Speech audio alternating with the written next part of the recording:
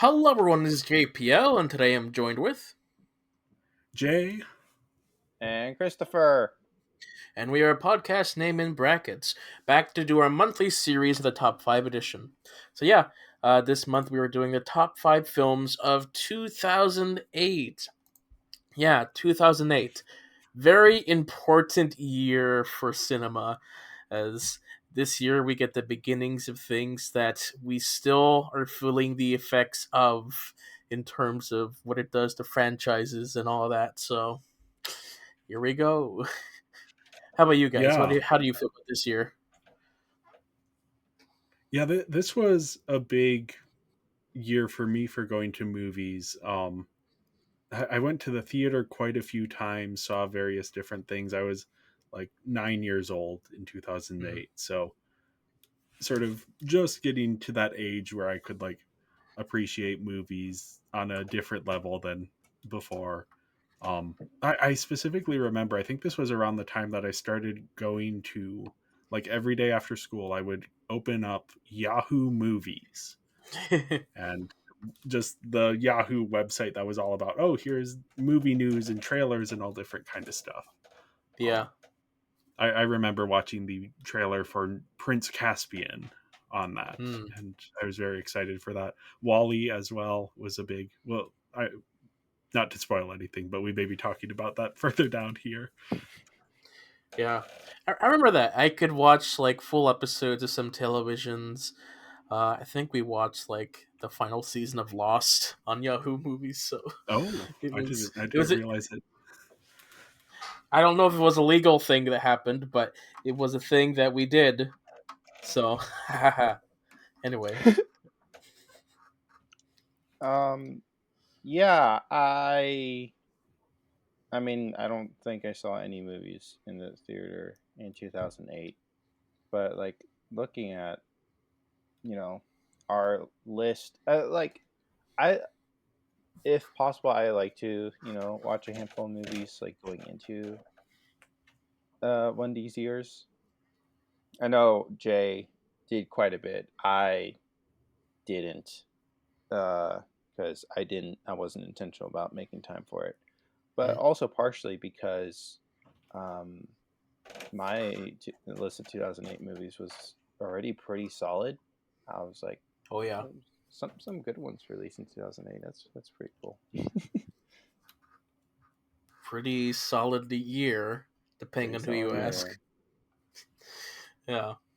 Well, yeah. Why don't we get into this year? So, Jay, tell us about the box office. Yeah, so the top 10 we have, I won't read out all of the names, but we have five sequels in the top 10. Number one is The Dark Knight, which actually made $1 billion. I believe the third or fourth film to do so. It didn't do it Hmm. on its initial release, but they did like a re-release later on in the year that pushed it over. Hmm. Indiana Jones and the Kingdom of the Crystal Skull, Madagascar 2, Quantum of Solace, the James Bond movie, and the one that I just mentioned, Narnia, Prince Caspian. We do, though, have some really interesting exceptions. The sequels haven't quite fully taken over the box office.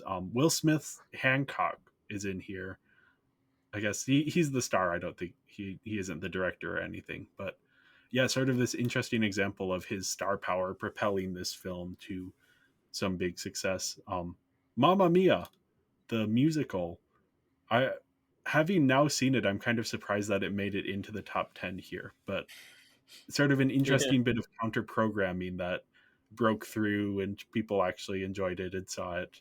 And then, yeah, John, as you were alluding to, we have Iron Man, the beginnings Yeah. of the Marvel Cinematic Universe. Yeah. Already a success out the door, though, of course, it will only rise from here and then eventually fall a little. Yeah. Of this top 10, Hancock is the only film I have not seen. So, Oh, Huh. wow.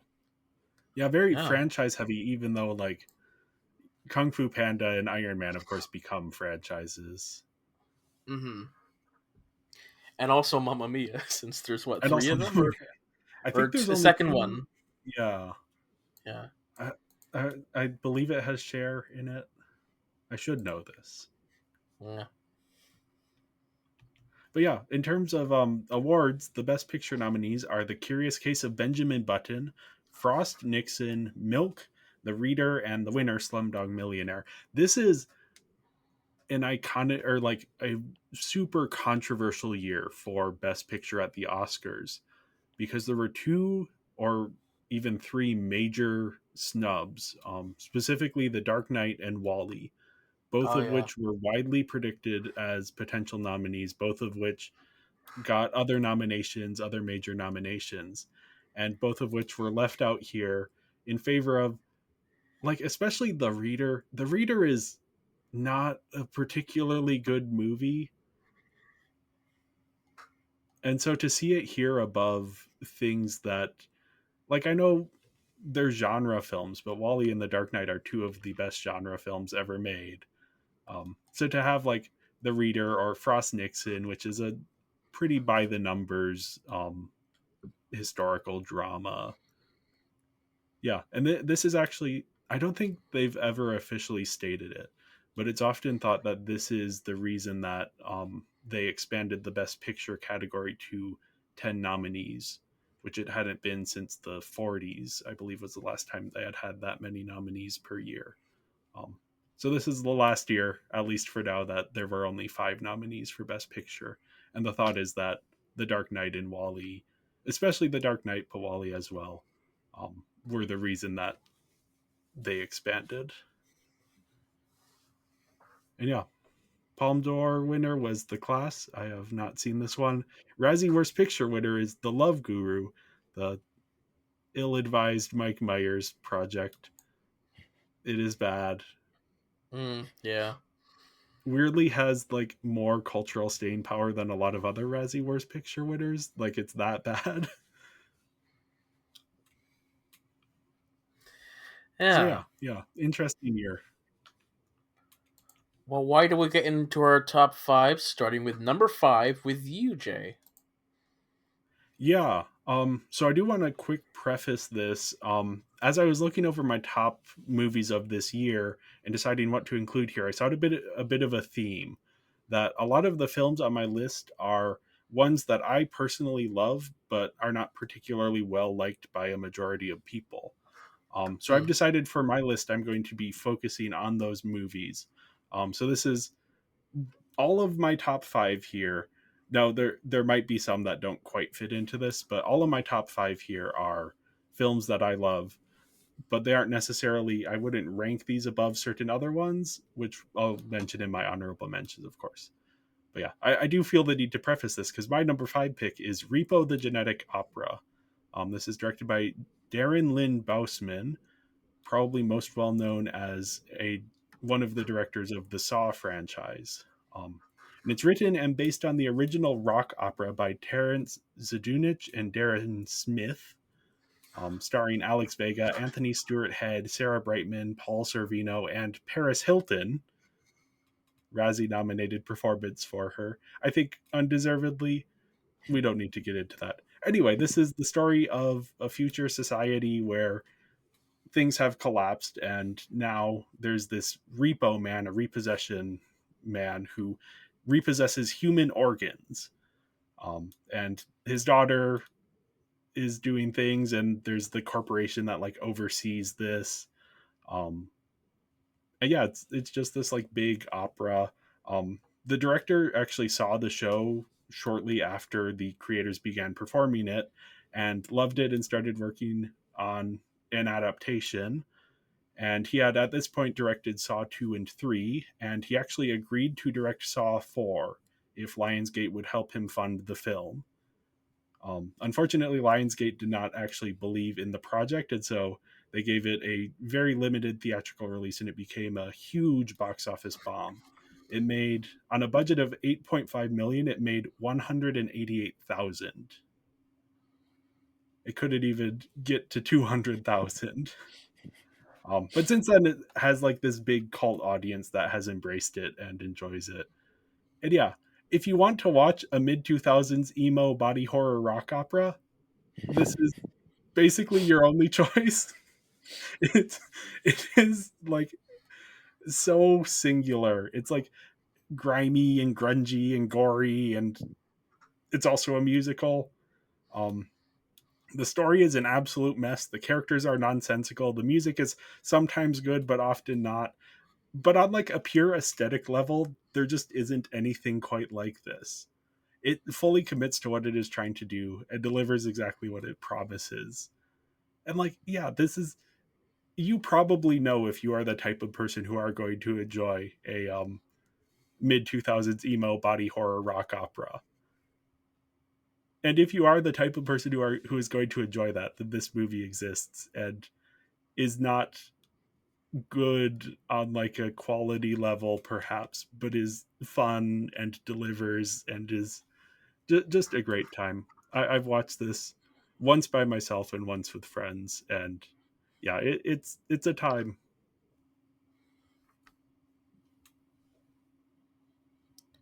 Yeah, you know me. I have not seen or heard of this film.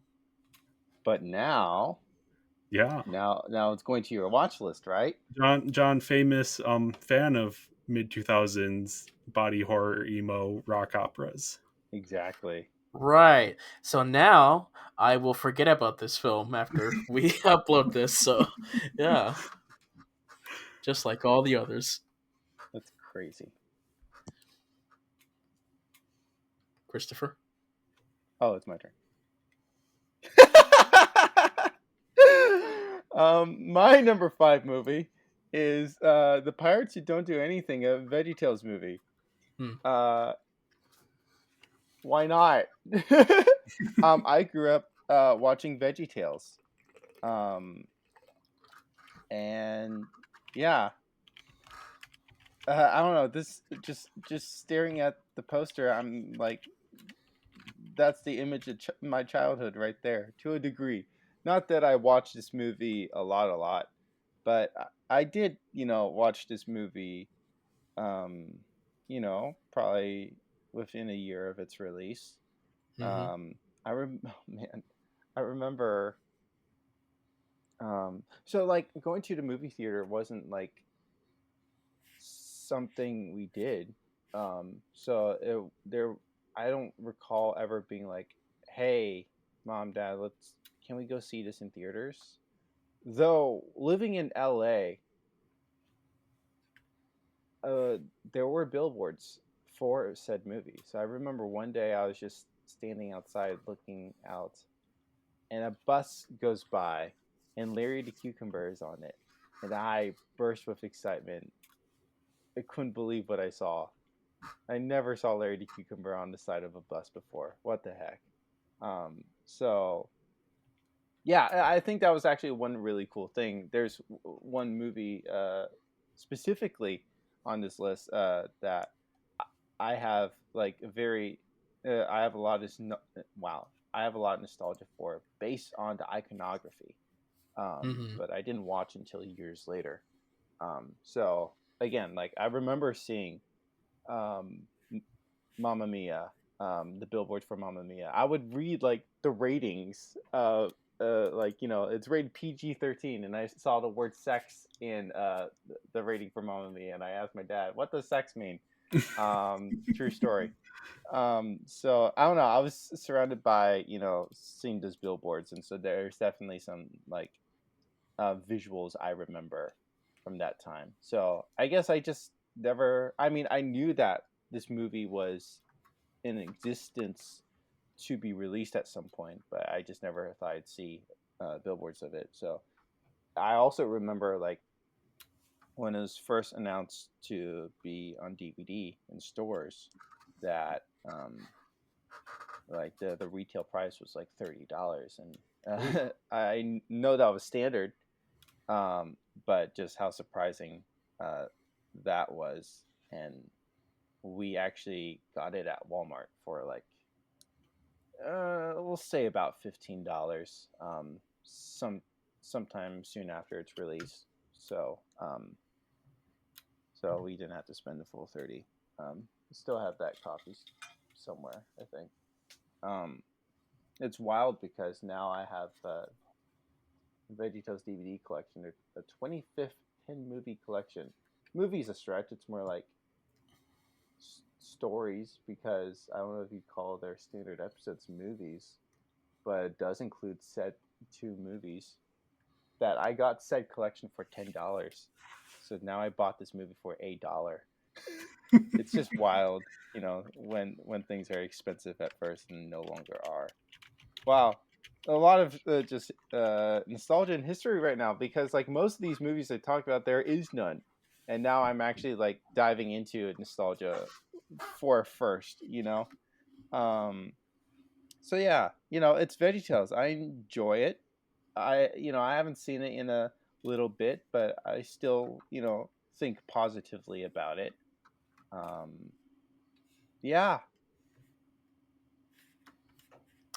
Yeah, How I've about you, actually Jay? seen this in the last year. Because I actually have, I believe it's probably that same 10 movie collection of Mm, VeggieTales that I picked up. I think it cost $15 for me, so you got it at a steal. inflation. Oh, Yeah, I noticed it at 15 at one point. Like, wow, I could buy it just in time. yeah. No, it's an interesting movie. I had seen it as a kid and then hadn't seen it for many, many years. I do think, and yeah, I haven't seen enough VeggieTales recently to say this with like complete certainty, but I do kind of think that VeggieTales works best in shorter doses. Um, because I definitely was feeling the length of this one and feeling the creators trying to fill the runtime with different things, and yeah, there's a bit of weirdness going on with the plot that just kind of it starts to feel a little too much. Mm-hmm. But it is fun. It has that same humor, and the characters are enjoyable to watch. The animation is pretty solid, all things considered. So yeah, Out of I curiosity, since I wasn't here for, I don't think I was here for the 2002, which was the year Jonah released. yeah, Like, do you have a preference, Pirates versus Jonah? I have not seen Jonah in a very long time, Okay, so I don't know how I will feel about it. About the understood. animation or the whole product? Whole product. I would say for me it's Jonah. Hmm. Okay, yeah, Which I think, like, I don't have such a strong opinion because I do think I just look fondly on both due to nostalgia, but I would see how Jonah would kind of be the more preferred one, if that makes sense. Hmm. Yeah, I haven't seen this since it really came out. I rented it a couple times and saw it there. When Jonah came out, the pirates were my favorite characters from that film, and so when they announced or saw a trailer for this film, I was like, "Ah, cool! More of those pirate characters that I like." And I watched it and I enjoyed it, but I could tell that it was a much more simpler experience because this one also this is around the time period of like the corporate change of the studio, but this one I could really feel the lack of the biblical themes. It just wasn't as prevalent or prevalent at all in this film, and it's just like, oh, just a very simple adventure with simple adventure aesthetics that don't really stand out in a much deeper way than the rest of early VeggieTales. So, yeah, that's kind of why I never really had a strong desire to go back and rewatch this one often. Hmm. Yeah. Also, I don't know, I'm just looking at the poster. I just like the logo. Mm, I don't know. Just like I think I've just always enjoyed the logo. it's a fun logo. I thought it was so interesting that when there were billboards of it, they removed the red strip that said a VeggieTales movie, and just like underneath in like bold white text said a VeggieTales movie or something like that. Which I don't know. I thought was interesting because I was so familiar with like this logo, and then they slightly changed it for the billboards, which I guess makes sense because the it's so small. Like looking at it, like yeah. on the poster. So I guess maybe they wanted to stand out a little more. I don't know. I also thought it was so interesting because like the billboards like never like was very plain. So it was just like a picture of Larry the Cucumber and some like in bold white text said, "Are you cool as a cucumber?" and green background, and that was it. Very like plain advertisement to a degree, and never like an image like what we see like on the poster showcased here. I don't know. I just thought that was interesting thinking about it. Also, I remember hearing Phil Vischer say that people had told him that was a bad parody of the Pirates of the Caribbean. And he So, said, "Well, I wrote this before Pirates of the Caribbean." So this the script's old compared to like its actual release. So I think that's also a little interesting fact to point out. mhm. Yeah, that's interesting. I didn't realize that. I had assumed that they were doing Pirates of the Caribbean. But yeah, even Pirates of the Caribbean is playing off of tropes that have existed in the genre for a while. So that I can Mhm. definitely see that now. Yeah. Well, moving on to my number five, I have the DC animated film Justice League: The New Frontier, which is um, essentially it's a Justice League film set post the Korean War in a time period where the public perception of superheroes were in balance, and so people didn't know what to think and all new stuff. I like this one particularly because uh, it's set in an older time period. This was a comic that was made in like the '90s and early 2000s, so I enjoy the oh, what would you call that aesthetic of setting something in the past? Retrofuturism or just Some yeah, something like that. Not quite retro futurism, but like retro alternate history, I guess. okay, yeah, Something yeah. like that. Just like depicting through a modern lens what these characters would look like during that time period with like the context of the history that you now know. And so like I enjoyed these versions of the characters. I particularly love the Batman in this one where it pays homage to his original appearance, but then slowly has him transition to like the more um, light-hearted thing subtly. Some interesting ideas. Uh, Again, I like the aesthetic. I really wish more projects did something like this, which is why I'm kind of excited for the new Fantastic Four because they're doing that classic um 50s 60s aesthetic but like not quite that, so Yeah. I'll be interested to see that. Yeah, like again, I would love like a whole universe where it's just this, not set on modern times where like stuff is limited and dated, but just doing something like this where you have to think more about how you're going to do certain things. And so yeah, that's pretty much what I gotta say about this. Yeah, I have not seen this one. I have heard of it just in terms of like it being a DC animated film. But yeah, Sure. I would be curious to see it since you bring up the specific aesthetic things that make it interesting. Hmm. Yeah. Yeah. Anyway, moving on, Yeah. I guess. Yeah, speaking of the 1950s and 60s sort of reinterpreted, my number 4 is Speed Racer. This is Mm. written and directed by Lana and Lily Wachowski, based on the manga slash anime series of the same name. And yeah, this is the Wachowskis' only kids film that they've ever done. And it follows Speed, the titular speed racer. That is his name. That's not just the title. And he is this racer in a world where racing is a mix of Formula One, Mad Max, and Looney Tunes. Just insane Yeah. chaos, colorful, Yeah. wild. Um, yeah, this was widely criticized at the time of its release for being just like the garish colors, the wild editing, the blatantly unrealistic visual effects. And all of those things are exactly what makes this film special. Um, this is visual poetry, but not in the way that term usually means.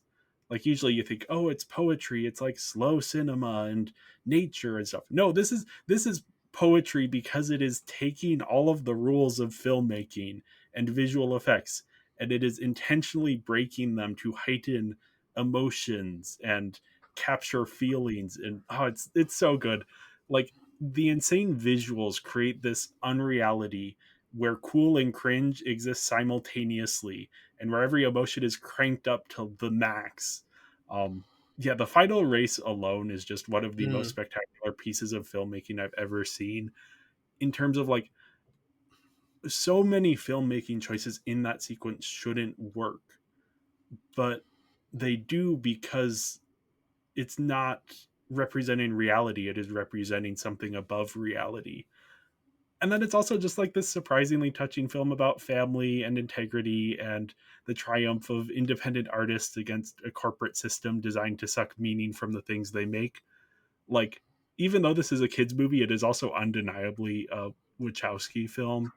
You can see their themes through this just all over the place. There's a scene in this that feels like it could have been taken directly from The Matrix Reloaded, besides the fact that it is like super colorful and visually, but the themes of it are dealing exactly with the themes that their entire career is doing.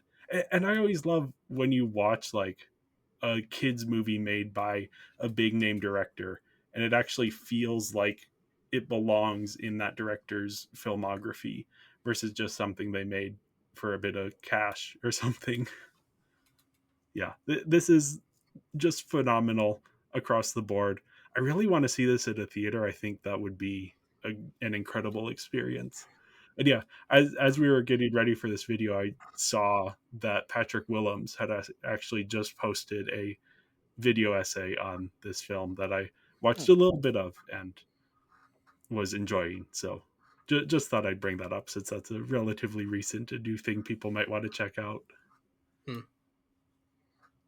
Yeah, I remember really enjoying this film when it came out when I was a kid. I would rent it a few times. Um, I think I own it, but yeah, I think when I watched it again recently, I enjoyed it more as an adult. Um, I think some of the visual effects haven't aged the best, specifically with the vehicles, but I understand the artistic aesthetic that they were going with, so I can somewhat forgive it. But it's the most jarring thing of the film. Um, Well, the but most yeah, jarring thing is the little brother and the monkey. I'm fine with that. I'm Okay, fine with that. okay, Um, but no, this I love the editing of this film. It is just so yeah, really well edited, and like you said, like the final act with the final race with like all the audience members and like everything is going on. It's just so well done. Um, I know, Christopher, I've told you to watch this film. It's on your list of things to watch. So yeah, we'll see. Well, to surprise you, John, I have seen it. What? Yeah. Um. Unfortunately, though, it was after a day of work, and I was really exhausted, and I was not very awake while watching it. It's definitely quite a visual experience. It's quite something for sure. Um, but yeah, I was unfortunately a little tired. I it's my first Wachowski film. Like I haven't seen The Matrix yet, so I thought it was very interesting, like seeing, its visual style. Um, very fascinating and shocking, dare I even say, and also very colorful. yes. Wow, it's very colorful. Um, it is an interesting film for sure. But yeah, I wish I was more awake. I really do feel horrible that I was not awake enough to appreciate this. Yeah, Um, this is I one think, where you need to not only be awake, you need to be like on a sugar rush or something yeah, to I really get wish, into it. yeah. I think what's funnier, I think the movie I watched after this was a lot sleepier. If I remember, I think it was I Saw the Damned after this, and that's a lot slower. Which, honestly, thinking about it, I was pretty sleepy through that movie too. Where that movie, like about halfway in, is like I think I get what this movie is, and I'm tired. I'm gonna close my eyes here and there. Yeah, Yeah, yeah. I feel horrible, especially like what you said. You would love to see this in the theater. I saw this in the theater, and I was Oh, tired. Yeah, oh, so I envy you being able to. Oh, I assume at some point I will see it in the theater. It seems to be hopefully. relatively popular. That's the thing with the Wachowskis is for one movie, their interests lined up with the public's interest, and you had The Matrix, which was this Mm. massive hit, and ever since then they have been like 10 to 15 years ahead of the curve, where their movies come out and people go, ew, this is horrible. And then like 10 to 15 years later, people are like, actually, you know what's kind of good? Speed Yeah. Racer. And like, I'm preparing everyone for this. I have been seeing the like first little percolations of it. There's this Jupiter Ascending reassessment movement that is coming up soon. Get ready. I am curious to see where it goes. But yeah, no, Speed Racer. I am glad this is finally getting its due. That the culture has now caught up to what the Wachowskis were doing with this film. Because yeah, it is phenomenal, and yeah, Mm. it is again. If you are tired and watching this, it's not the experience to have. Um, if you are on a sugar high, just bouncing off the walls like a hyperactive child, Hmm. this is the perfect film for that. It's also the best live action anime adaptation. Yeah, uh, kind of by default, but also like it does actually capture the feeling of watching an anime, just in mm, terms of the insanity, but also the way like the action is filmed. There's a cool action scene where they're like doing anime action lines. I guess a lot of the scenes have them, but they are being very intentional in like bringing in those cartoony elements. Like I feel like a lot of people say that as a criticism of the film of, oh, it's cartoony. Well, yeah, it's based on a cartoon. That's kind of what you have to expect. Yeah, all right. highly recommend this to anyone who, yeah, yeah. Oh, the wrestler. Oh man. So this is a movie directed by Darren Aronofsky, who directed one of my favorite films that we'll talk about in a quote couple years, Black Swan. And then some time ago, when we were doing our I think 2000 or 2001 list, I watched his Requiem for a Dream. And then now for this list, I had the pleasure of seeing The Wrestler. Um, in a weird way, I'd say he's probably the best horror director that doesn't do horror. I think, especially after seeing Requiem for a Dream, there are definitely some very like um, horror leaning um, movie elements, but they're not horror movies. But they really dive into um, very human elements that are very horrible, basically, if that makes sense. Like the wrestler, like okay, so was it last year we talked about the 2007 movie by Sidney Lumet, Before the Devil Knows You're Dead, and I talked about just how hard of a movie that was to watch, and that just deals with a bad situation and enduring consequences, and basically the whole movie was dealing with the consequences. It's a very heavy movie to watch, and The Wrestler is very similar as you see the journey of this man and the decisions said man makes, and oh man, it's an incredibly hard movie to watch, but all the same, a good movie. Aronofsky definitely fascinates me, and I would like to see more in his filmography. Yeah, you've seen like half of them. If you've seen this and Requiem and Black Swan, he What's doesn't have that? a ton of films. Okay, cool. Um, I do own Pi. okay, yeah, I haven't gotten to it yet. yeah. This is one I've seen like the opposite half of his filmography from you. I haven't seen much, but I've seen The Fountain and whatever other ones are in there. Uh-huh. Yeah, this is one that has been on my watch list for a while, just because of Aronofsky and because this is sort of well known as a famous snub for Best Actor for Mickey Rourke that he didn't win. And it's often seen as like the ultimate mix of performance and performer. Mickey Rourke was at one point supposed to be the new big leading man in Hollywood, and then various different things went wrong, and yeah, he kind of ends up at the same low point that his character in the film does. At least I haven't seen the film, but my understanding is that it is a low point for that character.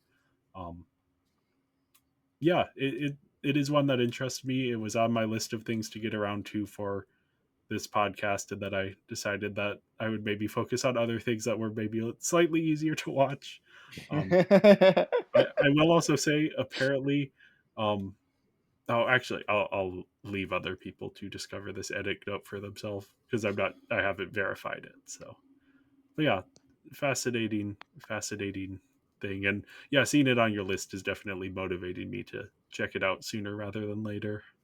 Mhm. I know this film by reputation, but I have not seen it. Oh, one additional note. I think it's crazy to see this movie, and then my roommate was like, "Wasn't he the one in Iron Man 2?" Like, oh, that's crazy to think about. Um, and I remember seeing like interview quotes of him being frustrated about his role in Iron Man 2. And I think after seeing The Wrestler, I can kind of understand more where he's coming at. Um, I think also maybe like in this present day of maybe even like the reputation of the MCU and also how they've treated other actors. I think a popular recent example was Christian Bale in Love and Thunder. Hmm. Um, a lot of people being sad of how much his role was cut, or um, you know, or at the very least, how little of his role is in the movie, and also even just kind of the idea of Marvel villains are basically just one movie appearances and they're done, kind of thing. So I think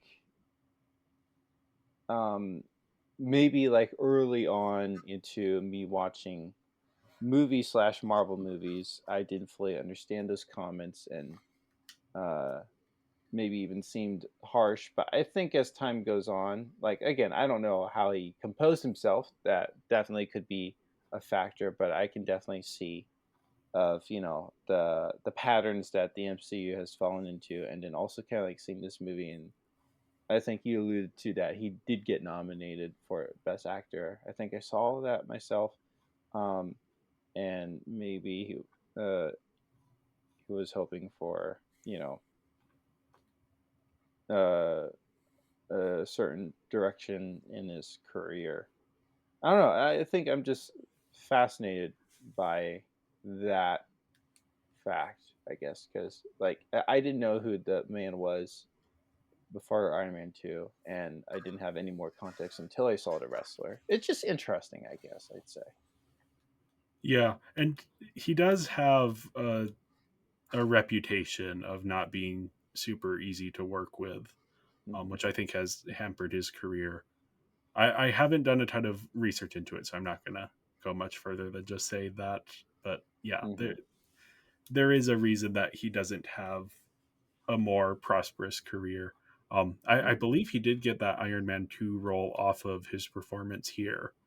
So it is interesting that he did not enjoy the process of that. Yeah.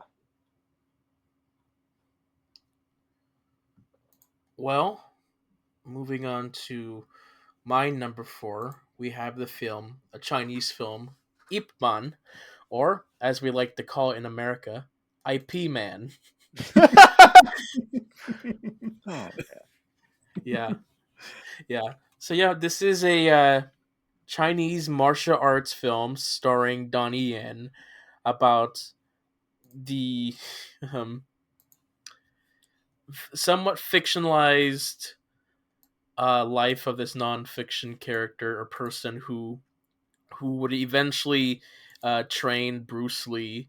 But yeah, this is a martial arts film, so there's a lot of action taking place during a time period where Japan invaded China or part of China, and so there's a lot of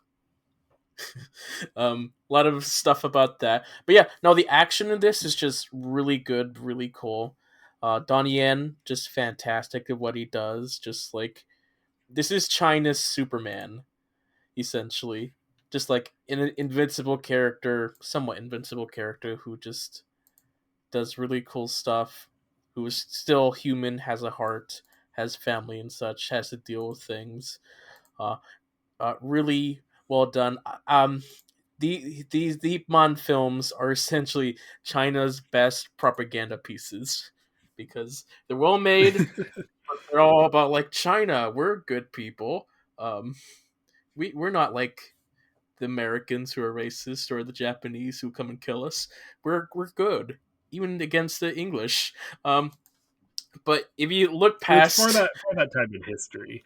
yes, yes, for the time in history, it makes sense. Yeah, all it is ridiculous sometimes, especially when they did the American one. It was like, I don't believe some of these. I don't buy them as a villain as much. But yeah, no, they're all just really well made. I again like I enjoy the action. Like the performers really sell the delivery of the action really well. Donnie Yen trained super hard and became a very popular person with this.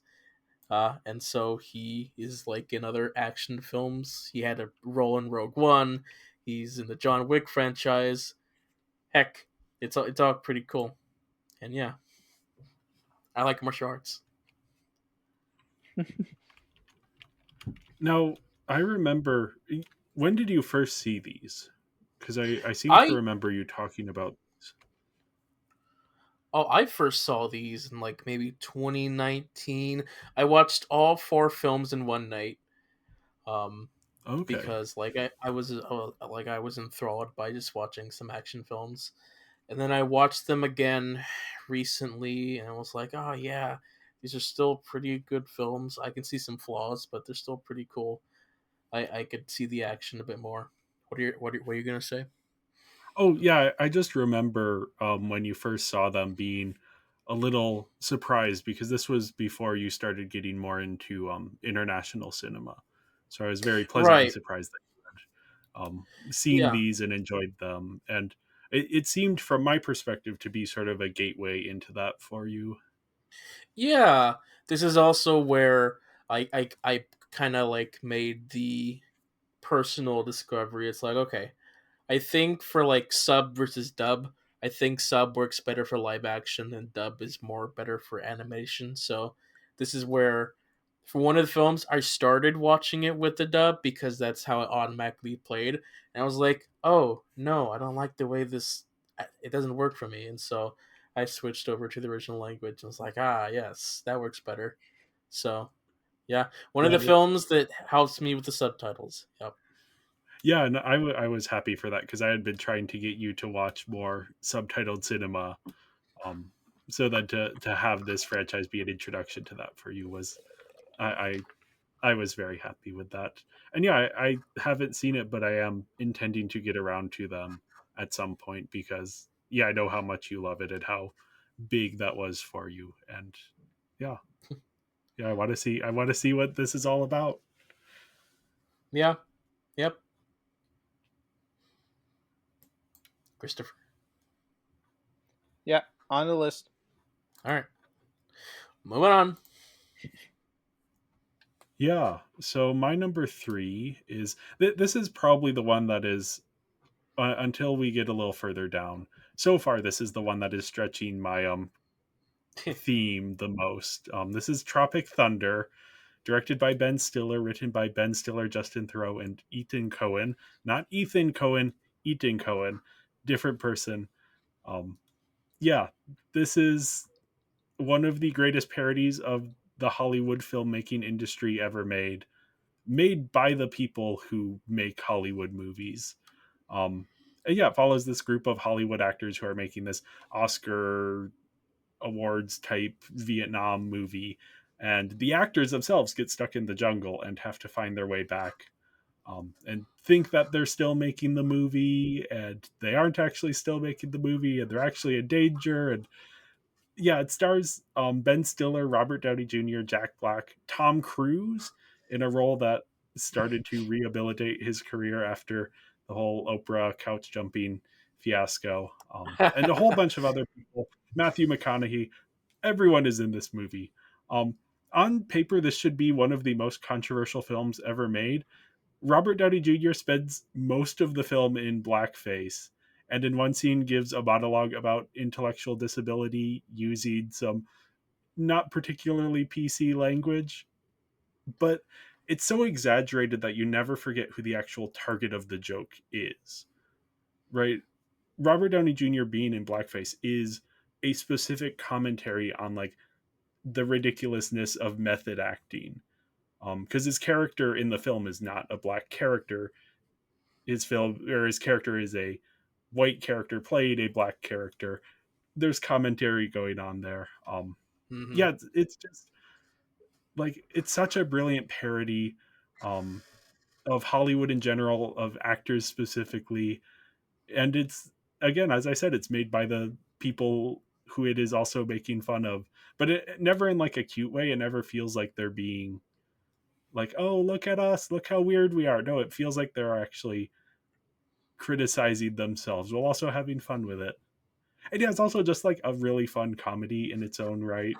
Like it's big, it's funny, there's some great jokes, it's filled with great cameos. Tom Cruise is his role here, unlike anything he has played before or since. Yeah, this is really the pinnacle for me of the 2000s Hollywood studio comedy, a genre that I am not in generally a fan of, but this one just transcends that. And yeah, it's great. Christopher? Yeah, I have seen this movie. I will say it was before I kind of was more appreciative of movies, so this one warrants a rewatch for me. I actually bought it recently, so and my roommate hasn't seen it, so hopefully that'll be on the dock at some point. Yeah, I don't really have a lot to say because it I didn't fully get it at the time. Um, but I think um, I, because of Severance, I was just like, screw it. Here's one for Ben Stiller, and picked up a copy. So Yeah, and having not seen Severance, I can say this is, I imagine, very different in tone. But very especially very once you different. know a little bit about filmmaking and acting, there is just so much material here that is so fun. And I should say, it is at times offensive, and it's not intending to offend people. The joke is always on the characters, not on any real life demographic. But yeah, if someone finds it offensive, I can't really fault them. Mhm. But also, it's just like so well made, and you never forget who the joke is on. Have you seen this one, So, John? no, I have never sat down and watched this film to completion. However, I have seen most of this film through random clips every once in a while. So I know the whole story pretty much. I know the best bits, but I've not Yeah. sat down and watched the full product, which I know I should, but it just never I'm never in the mood when I'm able to. So one day Th- we'll see. yeah. I need to watch this with friends because I feel like you get a good group together and this thing just really works. Hmm. Yeah, I think watching it with my roommate, I think like he'll find a lot of enjoyment from it. Yeah. I also think this was the first movie I saw with Tom Cruise in it. Okay. Yeah. Really, really odd introduction to him because it is nothing like his persona. Although it Yeah. is like his persona at the time, it is closer to that. And I think having him play this very exaggerated, angry man sort of let the air out of the balloon a little bit, and Uh-huh. in a way that he was then able to restart his career. I don't know enough about Top Cruise to say whether that was a good thing or not, but I think this role was very pivotal, and he's very funny in the film. And since then, he's made some pretty great movies. Yes, yes. So Also, I didn't realize McConaughey was in this. That's crazy. Yeah, this is a big one for like people who have small roles that then went on to like, and I guess McConaughey at this point was a rom-com star who is now trying to transition into different types of films. But yeah, there are so many people in here that you will recognize. I should say you as like people listening, not necessarily. Yeah, yeah. Also, it's so just looking at the picture, like I'm staring at Jack Black, and I can't believe that's him. Especially after seeing the a Minecraft movie three Yeah, times. yeah. He looks young in this one. well, moving on to yours, Christopher. Yes. So,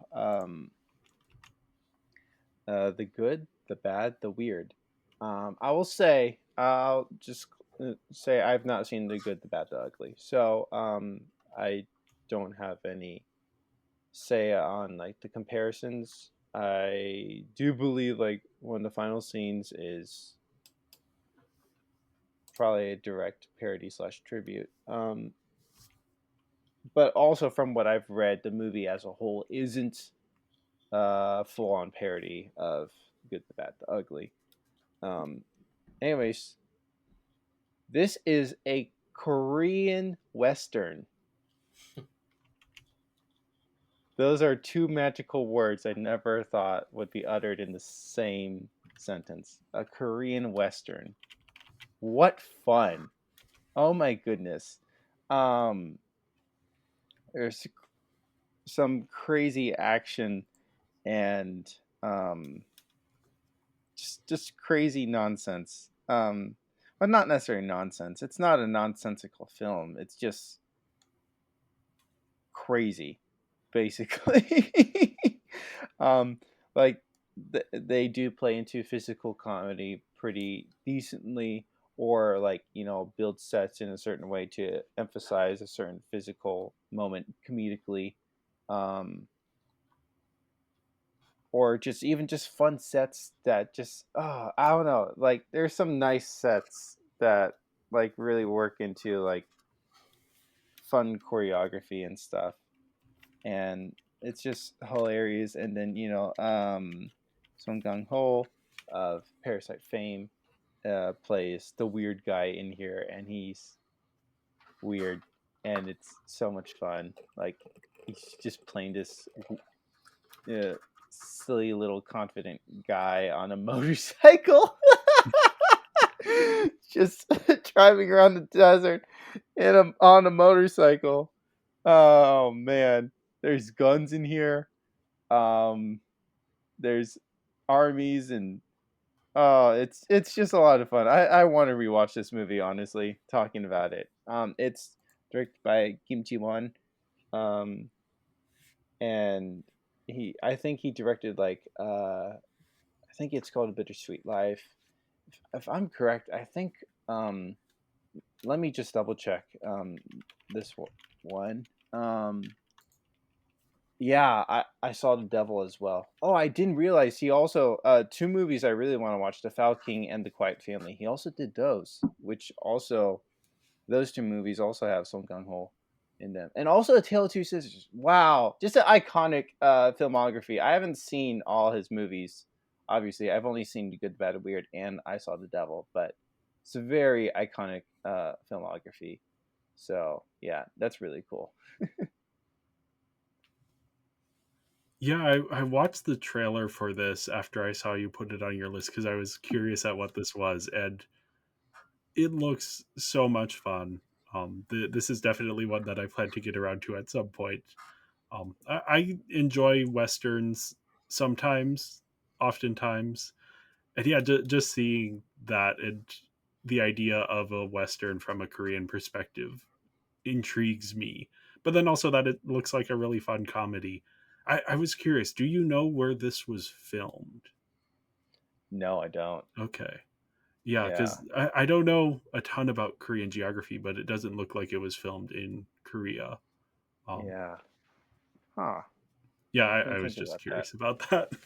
Yeah, I'm curious. Like, I just want to look at uh wiki Yeah, to I see it. couldn't find it when I looked it up, but Aww. there might be information out there. I was just doing a quick Google.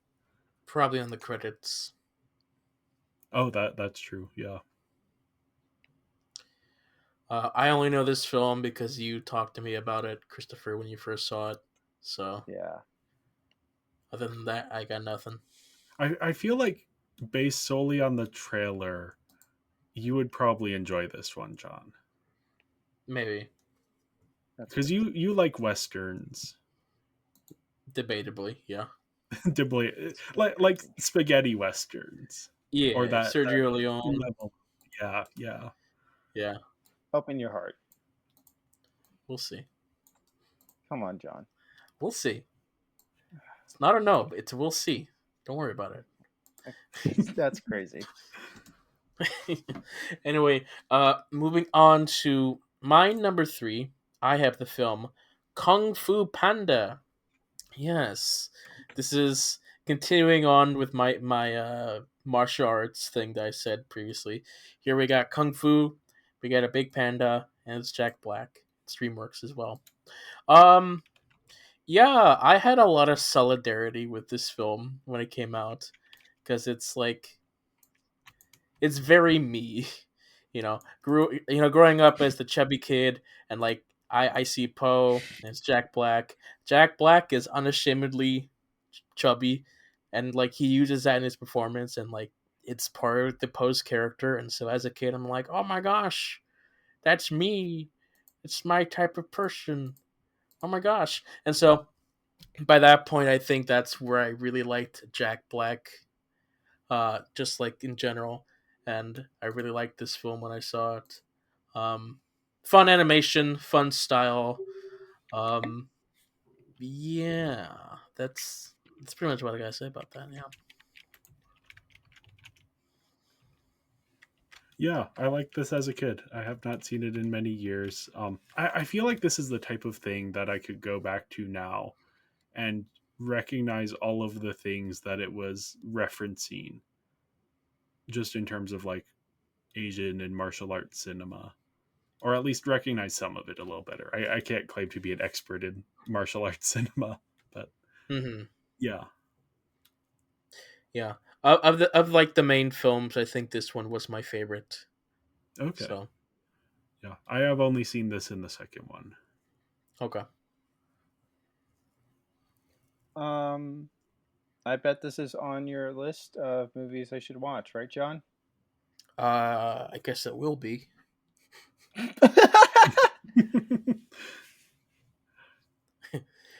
Yeah. Yeah. That's pretty much what I have to say. Yeah, yeah. Moving Iconic on. Jack Black role. Yeah. Yeah, moving on. My number 2 is Were the World Mine? This is directed by Tom Gustafson, written by Gustafson and Corey James Kruenberg. I'm mispronouncing that for sure. Should have practiced this before we started recording. And yeah, this is a musical reinterpretation of A Midsummer Night's Dream.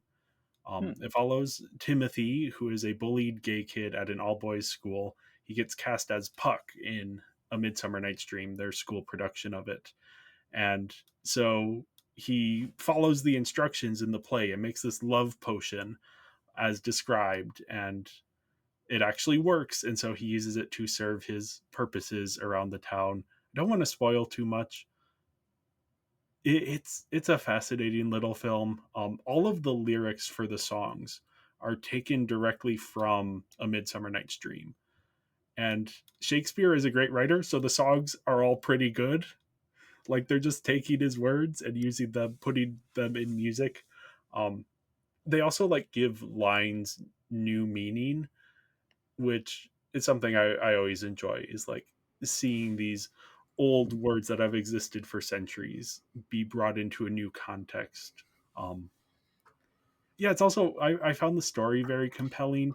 Like the central romance is so, but seeing Timothy's struggles and how he uses this love potion to try and solve them, and of course it's A Midsummer Night's Dream. The love potion doesn't do what it's supposed to do, and the wrong people end up falling in love. But yeah, it's so fun.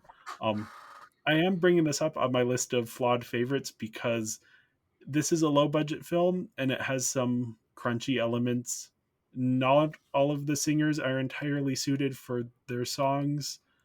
Um, I don't think anyone is bad, but yeah, there are certain lines and certain moments in the songs that are like, okay, that they aren't quite hitting that note there. There's also some questionable aesthetic choices. I think the final outfit during the performance that Timothy wears is particularly egregious on that part. It has thematic significance, but aesthetically just not quite there. But then it is also like there are moments of aesthetic joy that shine through. And yeah, it's such a fascinating little film. Um, a queer musical, a queer Shakespearean musical. Not often that you see that any of those things combined together. So yeah, it's just great. I love it. Definitely recommend it if you are a fan of Shakespeare or Midsummer Night's Dream.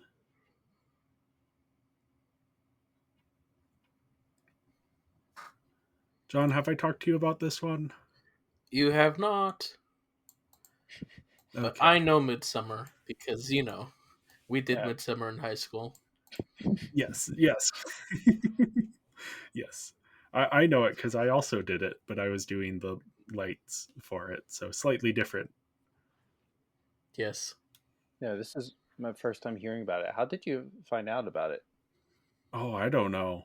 I Okay, because like there's not a lot of viewers for it, so it's not very well known. It's like, no, it must have shown up on like some list of like queer films, or like back when I had Canopy, the like streaming service through libraries. I think I may have stumbled upon it there.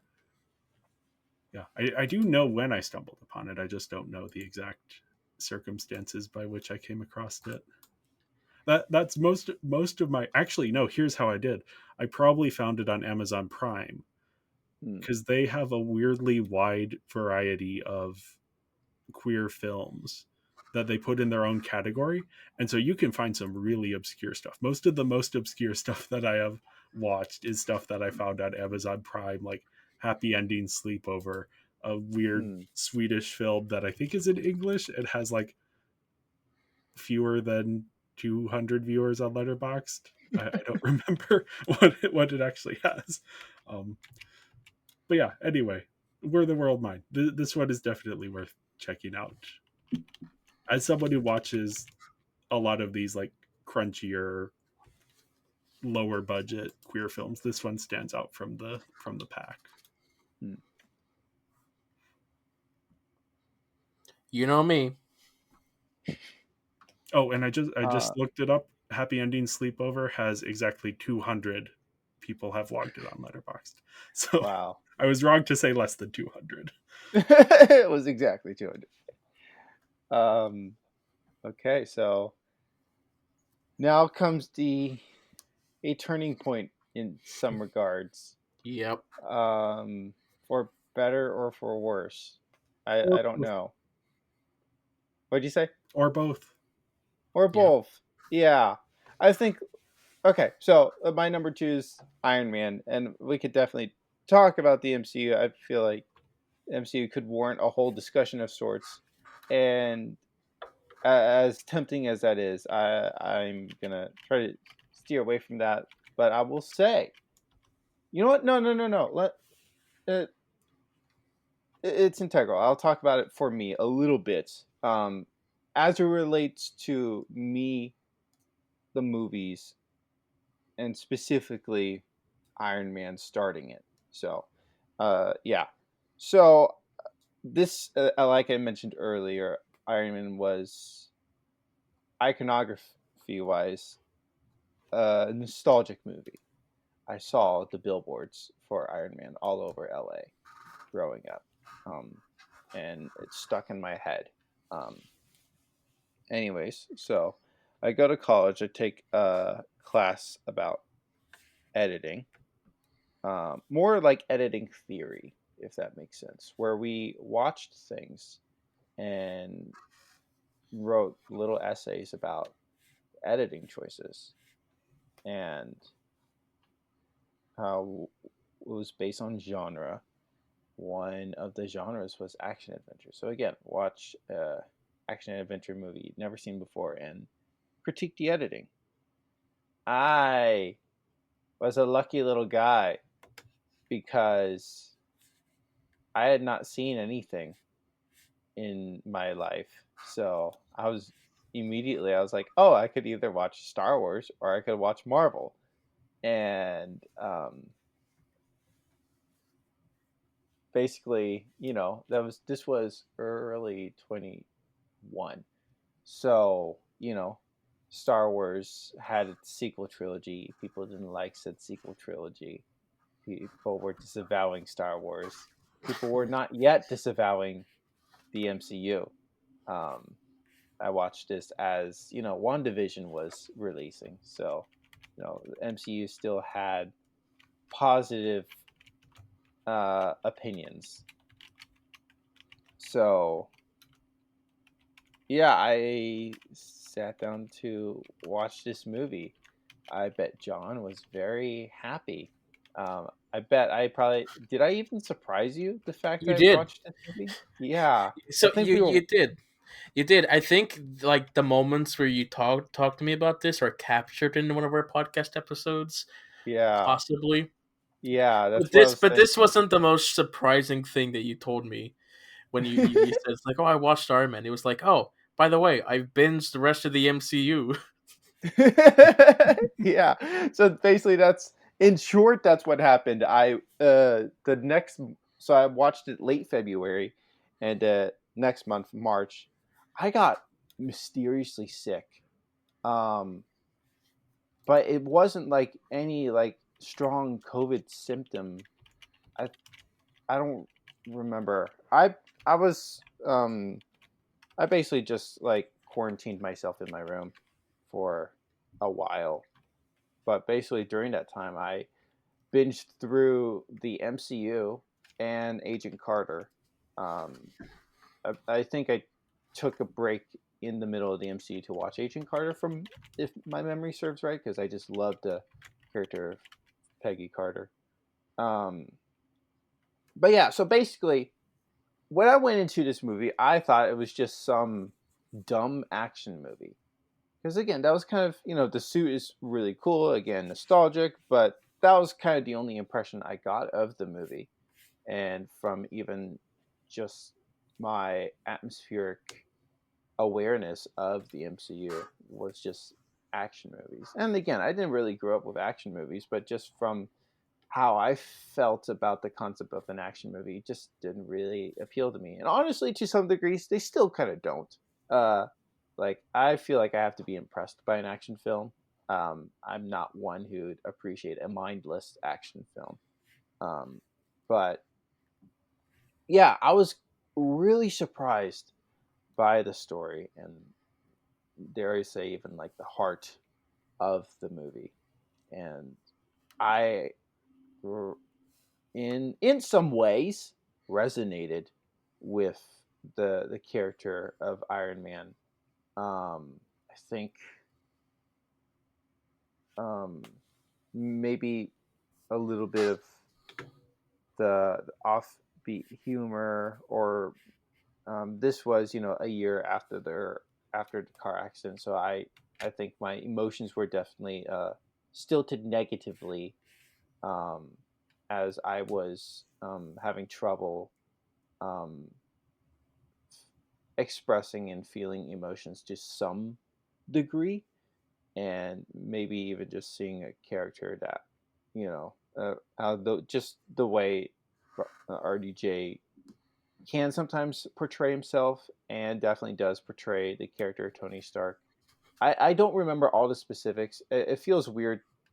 I feel like, especially right now, to kind of say, "Oh, uh, I I saw myself in a character like Tony Stark," because I definitely am not, rich or good with people or at least conversational, like a character like Tony Stark. But I think maybe more some stilted elements. Maybe I saw myself a little bit in. I think also maybe even just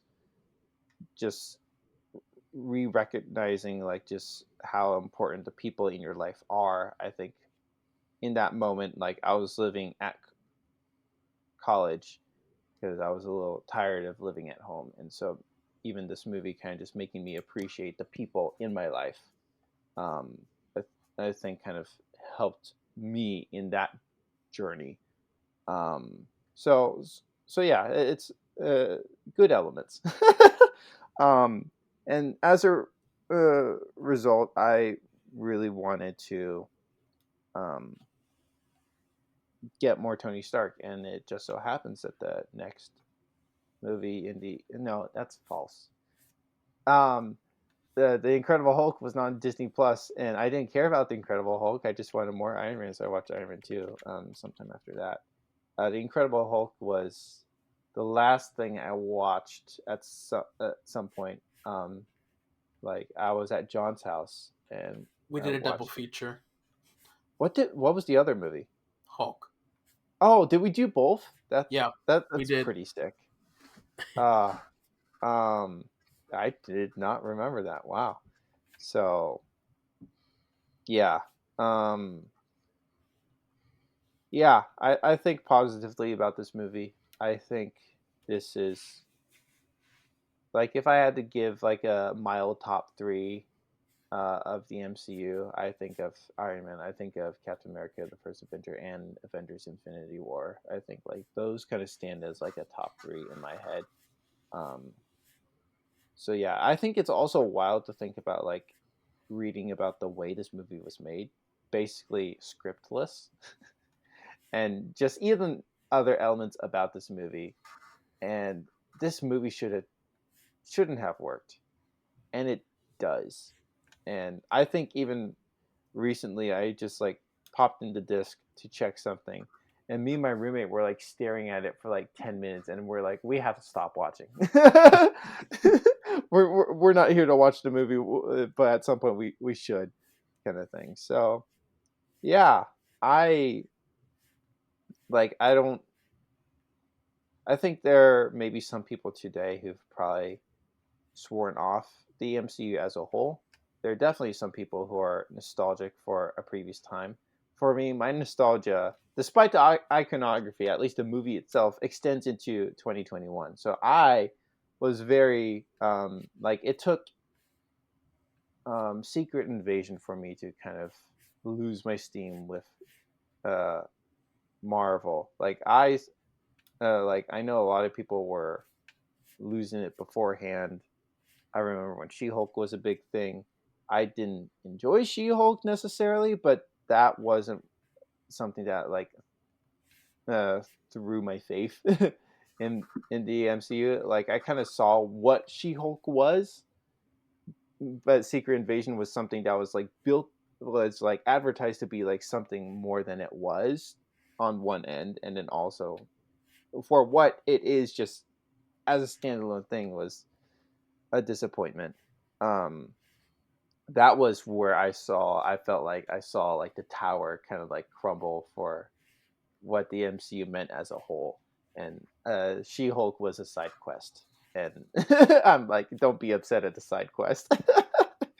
um, so yeah, I I think fondly a bit about my, I guess, 2-ish years enjoying the MCU, and again, it was a lot of fun binging. Overall, I will say I do credit the MCU for being a step into movies. I think one step earlier, I realized that you showed me, John showed me Inception, um, the previous semester. So that was also, I consider, a big like stepping stone building block for me as relates to movies. Um, kind of probably, I'll say it again, probably in 2010, but just the fact that that kind of really showed me what a movie could be story wise, how a story could be told through a movie. And Iron Man, I think, and the MCU kind of just made me more comfortable with films. And um, I know they are not the greatest, like, but like the MCU has a lot of different flavors that could satisfy a casual viewer. But for me, it made me curious about those stylings and made me want to go deeper. I think, especially considering where I am currently at with my cinematic journey, and I am constantly on a journey to try to understand. There are certain movies I try to push myself to see, um, and some movies I watch where I don't fully understand, but I'm like, there's a reason why people like and appreciate this, and it's like there's some people that watch a movie and are so dismissive about it, and it makes me so sad. I'm like, okay, you may not understand why this movie is popular, and maybe I don't either. But there's a reason why this movie has endured. There's a reason why this movie is on one of these top 100 lists. There's a reason why some people love this movie. There are essays about said movie, you know, um, and I don't know. Maybe I'm patting myself on the back a little too much. Maybe in comparison to like some people who um, only scratch the surface and don't go deeper. But I think there are definitely some people. I guess what I'm trying to get at is there are some people who are completely dismissive of the MCU as a whole and say that it has not done any good. But I guess my retort is, look at me. See what it's done to me. I don't think I would be where I'm at if it wasn't for the MCU. Now, granted, I do think that, with my roommate moving in, he definitely was a big catalyst for me to dive into where I am at and where I am at with movies today. But even so, like, there were still some certain movies I did watch before my roommate moved in, which I don't think would have been possible if it wasn't for the MCU. I don't think I would have.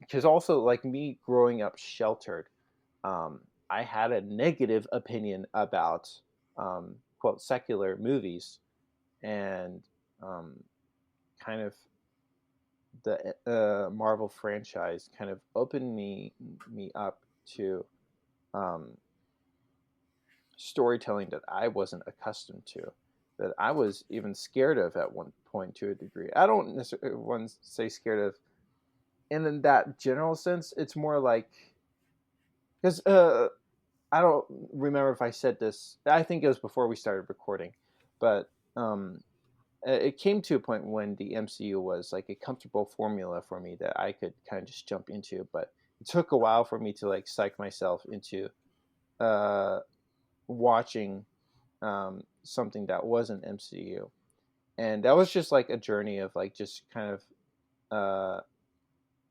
being able to accept movies as a whole. So kind of, I think that's more or less what it is. Where I wasn't fully familiar with um, the culture of movies, and it was scary to a degree. And so I think Iron Man and the MCU as a whole was a big rock that was tossed into that wall to help like break that down, and for me to um, be like, there's there's more to this than I thought there was, and being able to appreciate storytelling more and more. Um, yeah, definitely a lot of thoughts, but I again I very much credit Iron Man and the MCU for where I'm at today. And like I said, some people are dismissive of that, and I'm like, I think I hope you can see me. I know there are some people that you look at and wish for their betterment. I definitely have some of those people in my mind. I'm like, there's more than just the MCU, but I know what it is for me, and I cannot deny that, and I am very thankful. And then, all in all, I still really like Iron Man, the movie. So, yes, this goes number 2 on my list. Yeah, hearing your story really is, I think, to me, what the MCU is at its best, which is a series of accessible films that can provide a springboard into stranger and more interesting corners of the filmmaking world. So yeah, to hear that that was your experience with it, I mean, that's just an incredible story. Um, yeah, that is wonderful, and yeah, I think there is reason for, and I mean, my thoughts on the MCU, I have gone full circle from fan to skeptic and back to like, I don't know if fan is the right word, but I watch everything and I enjoy Mhm. most of it, even as Dare I say everyone else. connoisseur of Yeah, yeah. I enjoy, to this day there are only like 3 MCU projects that I did not get at least some minor enjoyment out of. Even that is like, that maybe it's only 2. Like, Out of yeah, curiosity, what are the ones that come to yeah. mind? I'm looking on my list. The 3 are Quantum Mania, the Ant-Man and the Wasp one, The Incredible Hulk, and Secret Invasion. Of those, I think even those I can find like little elements. Secret Invasion is the nadir of it. But even like, even though I don't love everything full heartedly that the MCU puts out, I still enjoy the chaos that is this universe. Mhm. My favorite thing about Iron Man specifically is that you look back on it now and are like, these characters don't know it, but the Earth is an incubator for an eternal. They don't know it right now, but there are witches, and they are Mhm. going to be doing things in a few years. Oh, they don't know anything right now, but just the insanity that has spun out from this one little movie that was big for the time, but then it has gone beyond. Like, there are Egyptian gods control people and do like kaiju battles. it's it's wild. But yeah, no, my opinion on the MCU overall, as like my the way that I can kind of advocate for it is, these are the movies that, and less so now than 5 years ago, but these are the films that keep theaters open and that keep people interested in movies. And then some of those people, as with you, Christopher, go on and are like, hey, what is beyond the MCU? What can cinema do that is bigger and more interesting maybe than what the MCU can do with its formulas and its rigid structures. And yeah, yeah.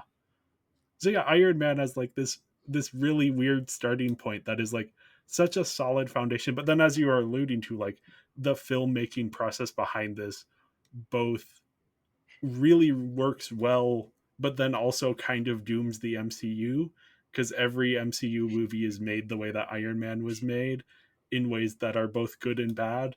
Um, yeah, it's just this fascinating film. It's like one of the most influential films of this century of all time. And then you watch it and it's like, yeah, but it's also like a really solid little film that doesn't necessarily feel like it holds all of that weight, and yet it does. Yeah, I don't know. This is one that warrants deeper discussion, I think. Mhm. Yeah. For me, Iron Man is probably, like I said before, probably my top three Marvel films. Um, could be number one. It is by itself really well made, standalone. Even from a VFX standpoint, it is probably the best looking Marvel film. Others come close, but they're just the way the VFX industry just changed over the years. This was the last one where it was like, okay, there still wasn't like a whole lot for like the entire film. This one was like, yeah, here we go, the best looking for like this sections of the films. Yeah, I I'm glad that I grew up with the MCU from the beginning, or just watching the universe come to fruition over the years. Um, I know that like it can be fun to like watch all the films like in hindsight, like watching it for the first time when you have the whole universe. It's like, okay, that's fun too, but being able to just think about the next projects and all the films that comes in between, and just get to experience this world along with the characters through the timeline.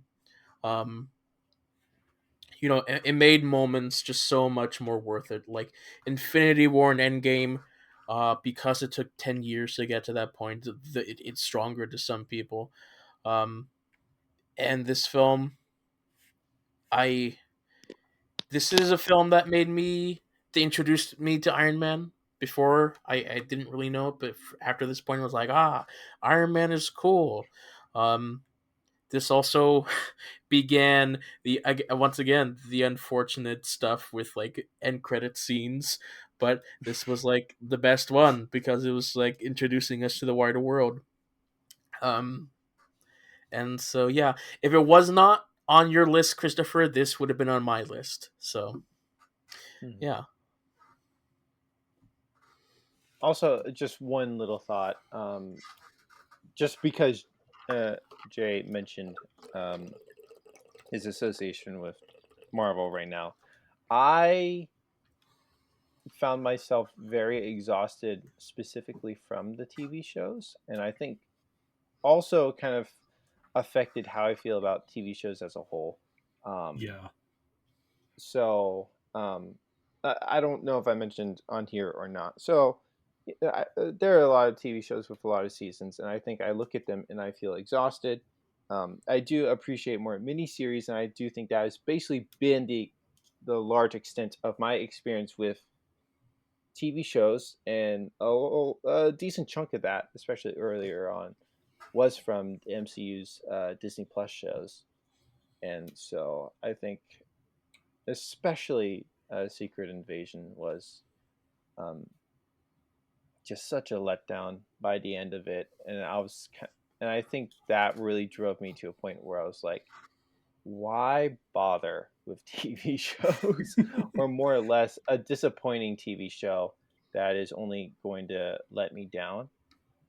Thank God it was a mini series of 6 episodes and not some other long form thing. And so I guess how I feel on the large scale is I don't.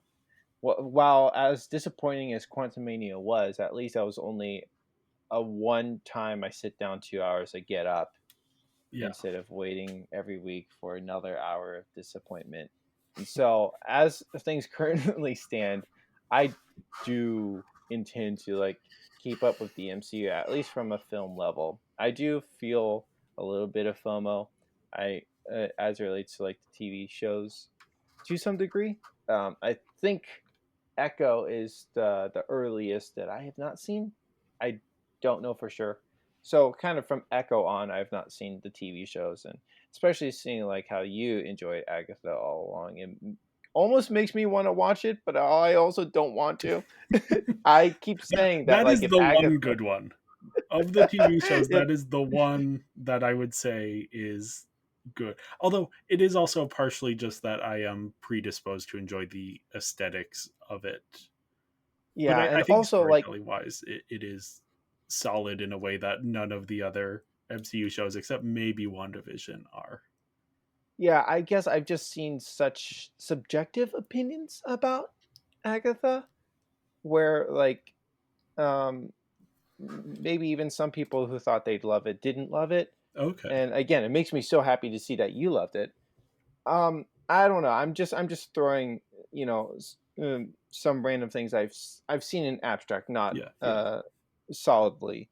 But I guess I do say that, like, if Agatha was a film, I would have seen it by now. Um, I guess I just don't have a lot of patience for TV shows as a whole, which I do find unfortunate because, Yeah. like John also said earlier, I think before we started the podcast, that he finds himself enjoying TV shows more, and I guess I wish I could find that sentiment. Like even like last night, me and my roommate were finally able to start a TV show together because it's been a while since we've seen a TV show together. I was missing that, so glad we were able to do that. Which, if you're curious, it's called Heavenly Ever After.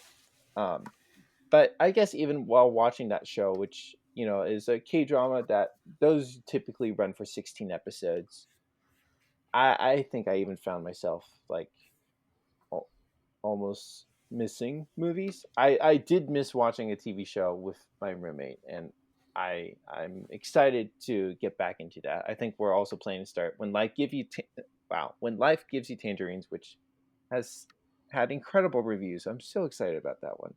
Um, but still, I guess like I I'm I feel like the only show that I did enjoy Agent Carter a lot. But I feel like the show that's made the most sense to me as relates to it being a TV show has been Severance.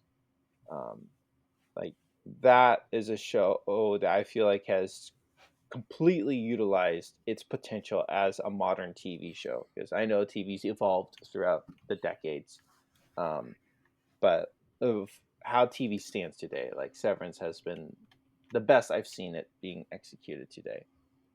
But also, I will say there are other shows I want to see. Like I've had a couple of my friends love Dark, and so that's definitely been on my mind. Um, I can't lie. Also, I'm curious about Wednesday. I'm not gonna lie. Christopher, Uh, I hate to cut you what? off, but we should continue with the 2008 list. We probably should. I'm so sorry. I was just thinking about MC and I started talking about TV shows. I am so sorry. Yeah. We should do a separate episode where Christopher and I can rant about how we don't like TV shows. That'd be great. That'd be great. I'll just sit Okay, there and listen. you're so right, Don. I am so sorry. It was so funny because initially I was like, I'm not going to try to go off on a tangent, and I completely bookended it with a tangent. I'm so No, sorry. I get it. I get it. It's not that what you're saying is not interesting. I'm like, this is a Yeah. podcast for 2008 films, and we are like way You're so off the right. line at this point. I'm so sorry. Okay, let's continue. All right, continuing on to my number 2. We have Indiana Jones and the Kingdom of the Crystal Skull, which is a film that I'm probably the only person who actually likes this film. I have heard prominent critics, David Ehrlich of, I don't know what he writes for, but he likes it. You are not the only one. I will say that. But in my general group, I'm like the only person who likes this film. Yeah, I mean, partially is like this was my first indie film, so there's nostalgia with that. But I like a lot of the themes that this film does. I like what it does to indie. I like how it uh, closes off loose ends from previous installments that I really wanted to get into. But also, I just this film has some of my favorite cinematography. Like some of the shots just look amazing and fantastic that are just stuck in my mind. But this film also has some very poorly aged CGI, which can ruin the adventure sometimes. Um, the story is not my favorite. It's not the most amazing, but it was a decent, simple adventure. I don't mind Shia LaBeouf. A lot of people thought his performance was like lame. I thought it was a Shia LaBeouf performance that made sense for the character. Um, and I generally liked how things ended up in the end. I don't I don't like how the next film, Dial of Destiny, retconned everything that I loved about this film. But sticking to this film, I loved what it did. It validated the young Indiana Jones TV show. It it had a sequence using a waterfall that I visited too often in Brazil, so that Oh, was cool to see. Yeah, yeah, that was I cool. didn't know that. Um, yeah, it was. This is a film. I like seeing older indie with Harrison Ford. Um, and yeah, like I said, I'm like one of the few of my surrounding group that likes this film. So yeah. Yeah, I jumped in on that as if I was going to agree with you that I like this one, but I actually don't. I just happen to know that some people do. Um, yeah, I don't have anything to say beyond that. I don't like this for all of the predictable reasons. Yeah. I wish I did. I love the first and third Indiana Jones, and I thought Dial of Destiny was had interesting ideas, but was meh. And Temple of Doom I don't love, and then this is at the bottom of my Indiana Jones list. It's not a franchise that I have ever had like a strong emotional connection to as a franchise, more just as individual films. And on that level, this does not really work for me. Um, I will say it is also very funny. I have not seen this since the since Dial of Destiny came out. But that the plot of this is, oh, Indiana Jones is so old, and then 15 years later they make another one where he's even older. I am fascinated by that. Is Sure. Indiana Jones the first franchise to have two legacy sequels? Maybe there I might guess be. like I mean, Godzilla no. or something, but I guess Tron technically with the I new one guess yeah, coming because out. yeah, Yeah. yeah. Off the top of my head, I can't answer your question. But yeah, probably at the time it was. Yeah. Yeah, I'd have to do some research into that. But interesting that it had, and this is such like a defining legacy sequel in terms of the things that legacy sequels do. Of bring back the old characters. Oh, and there's a new person to pass it on to, and yeah, whatever. Hmm. Interesting thoughts. That's a tangent we don't need to go on. And you, Christopher. I haven't seen any indie films yet. Okay. Um. Well, in that case, before we get into our number ones, why don't we talk about some of our honorable mentions? Yeah, so I'm gonna try and keep these brief, but as usual, I have put these in alphabetical order. So things that I mentioned first are not necessarily higher or lower than things that I mentioned later. But yeah, alphabetically, the first one on my list is Barbie Mariposa. Um, one Yes. of the best Barbie movies. I have seen all of the Barbie movies, so I have a certain amount of authority on this subject. This is one of the best. Yes. It's written by Elise Allen, who also wrote Fairytopia, and this is revisiting a lot of ideas from that, but with clear growth as a writer, which is just really cool to see. Um, yeah, it's just a fun adventure, fun villains, great visuals. The central arc, though, is just it's so perfect, so better than Fairytopia. Anyway, God on Trial. Yeah. Oh yeah, go ahead, John. You've seen Mariposa. We, yeah. Well, what I'm gonna say is like we have a whole episode on our binging Barbie podcast. You can go check that out and listen, where we have our HD Bible praise. All right, moving uh, on. Yeah, then I have one that I saw for a class in college. Yeah. I don't remember which class. It's called God on Trial. It's directed by Adam de Emery, Emony, and written by Frank Cottrell Boyce, based on the play The Trial of God by Elie Wiesel. And it follows a group of Jewish men in Auschwitz who decide to host a mock trial with God as the defendant. And this very much does feel like a filmed version of a stage play. This was a TV film, but nonetheless, it is like really, really well written and compelling from a philosophical and religious perspective. And yeah, the situation that these men are in and the conclusions that they come to are just fascinating to think about. So if you are the type of person who watches like women talking or 12 angry men and is like, these are interesting ideas, like this is the type of story or film that has that stuff in it. um have either of you seen this one? No. Okay. No, I remember we had a class in high school, World Religions and Cults, where the professor showed us a trailer of this, Oh, okay. and Yeah. that's all I remember about this film. Yeah, it is worth seeking out if you enjoy pondering things. But yeah, Hmm. Hellboy 2, that's also on my list. I always love Guillermo del Toro's films. I shouldn't say always. There's maybe one I dislike. I don't remember. But yeah, this is a massive improvement on the first Hellboy. Um in every way. I like this one. The first one I can take or leave. This just shows tons of promise though for what the team could have done if given another chance to make another Hellboy, which unfortunately they weren't, and the things that were made instead were not nearly as good. But yeah, a really good one of my favorite superhero movies. And then yeah, next up I have High School Musical El Desafío, the Mexican version specifically. John and I did a whole podcast on this one. You can go and check that out. I love the music of this. I love the performances. The story's actually pretty solid considering it's a High School Musical movie.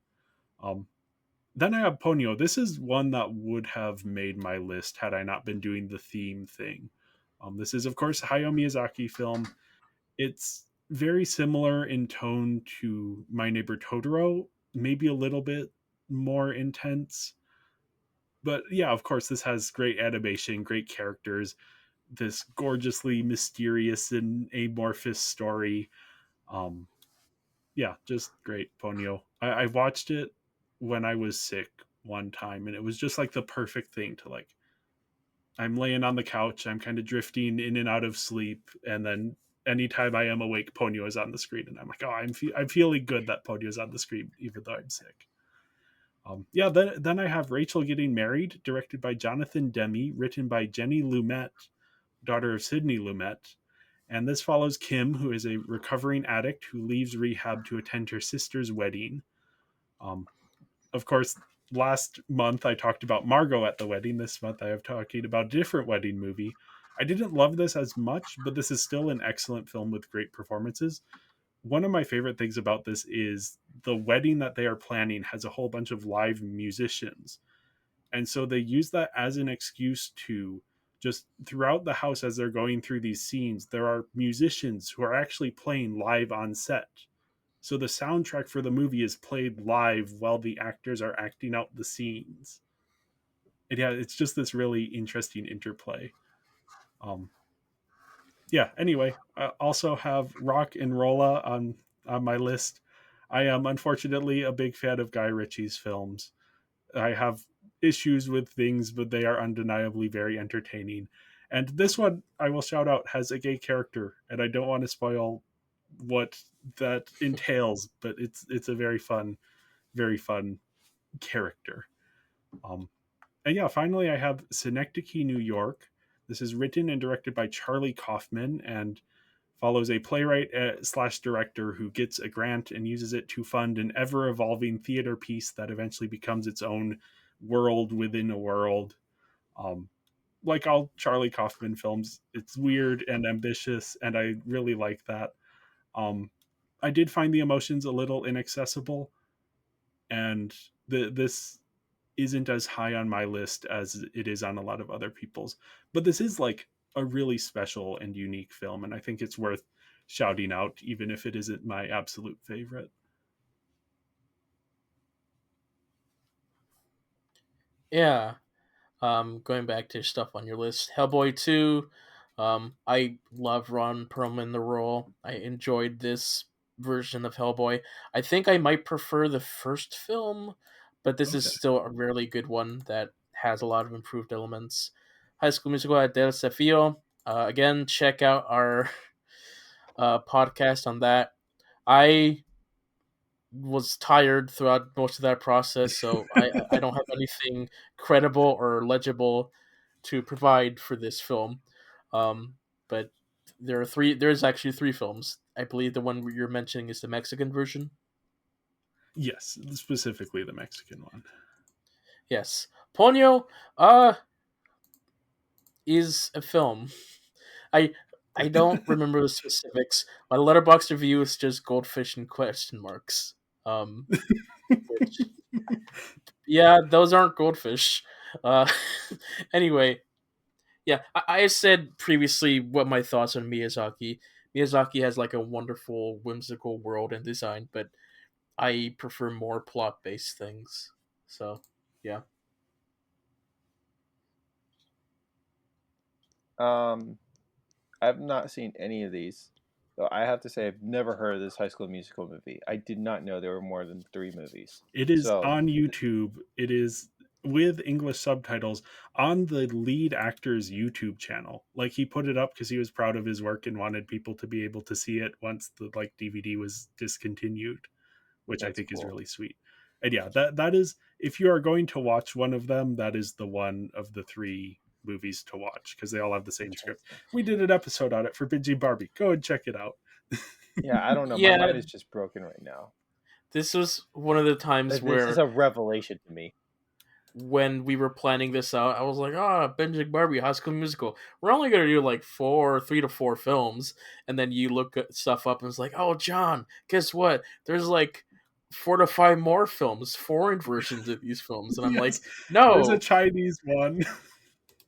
no, and then we did them, and I was unprofessional. But moving on. I think that is the wrong way to frame it. You were not enjoying the experience. Yeah, that is true. You acted professionally within the experience of not enjoying the experience. Yeah, and also not enjoying having to do episodes and stuff that I didn't want to do in the first place. Anyway, Yes. Christopher, what about your honorable mentions? My honorable mentions. What an interesting bunch. The first two are movies I grew up watching, Christian movies: The Secrets of Jonathan Sperry and Fireproof. Um, I cannot deny I have soft spots for these movies. Um, think first off, The Secrets of Jonathan Sperry. At a base level mental um, remembrance point, it's just a story of just like how the gospel changes people. Um, so I think I just um, l- like what it is, the simplicity of it. Um, yeah. Fireproof, I like um, because I think to some degree the Kendrick Brothers movies are, you know, sermons in movie form to some degree. Um, but just because maybe the the method is not typical, I don't think that devalues the message to a degree. It may not be the best presentation, but you can't deny that movies are a popular form of presentation, and especially a feature length endures. Um, for um, like even just thinking about like a short film versus a full length, more people are gonna a full length is gonna endure just in a general sense, right? And so to some degree, I think like as much as I don't fully enjoy like last year I watched Kendrick Brothers both War Room and The Forge, and I didn't really enjoy those movies, but I also can't deny that those movies are going to stay in uh, a public consciousness because they are movies, not to mention theatrically released movies. Um, anyways, sorry, but Fireproof, I think just again, there's a gospel center to it, and just some self reform, and um, I think like the last time I watched it, I I would say maybe it was around the year I watched Iron Man. I don't remember exactly, but I just was in a critical state of movies as a whole, dare I say, and so there wasn't necessarily like a very few movies I thought about fondly. But when I saw Fireproof, like I just liked its messaging, specifically when the lead character does come to Christ, and um, I don't know, s- I'd say some of the things that were talked about were just like good reminders for me. So yeah, I'm in no way calling this a great movie. I'm definitely blinded by nostalgia to some point, um, but I can't. Like I think sometimes we look at sometimes some movies are devalued for simply kind of being um, talking points, aka propaganda to a degree, and maybe arguably, yeah, those might not make them good movies, but I can't deny that they speak to me to some degree. And I think other people can think of other movies where they can also say, yeah, maybe this isn't a good movie, but there's something about it that works for me. So yeah, I can't deny that these two movies are those for me, or at least how I remember them. It's been a few years since I've seen Fireproof. It's probably been a decade since I've seen The Secrets of Jonathan Sperry.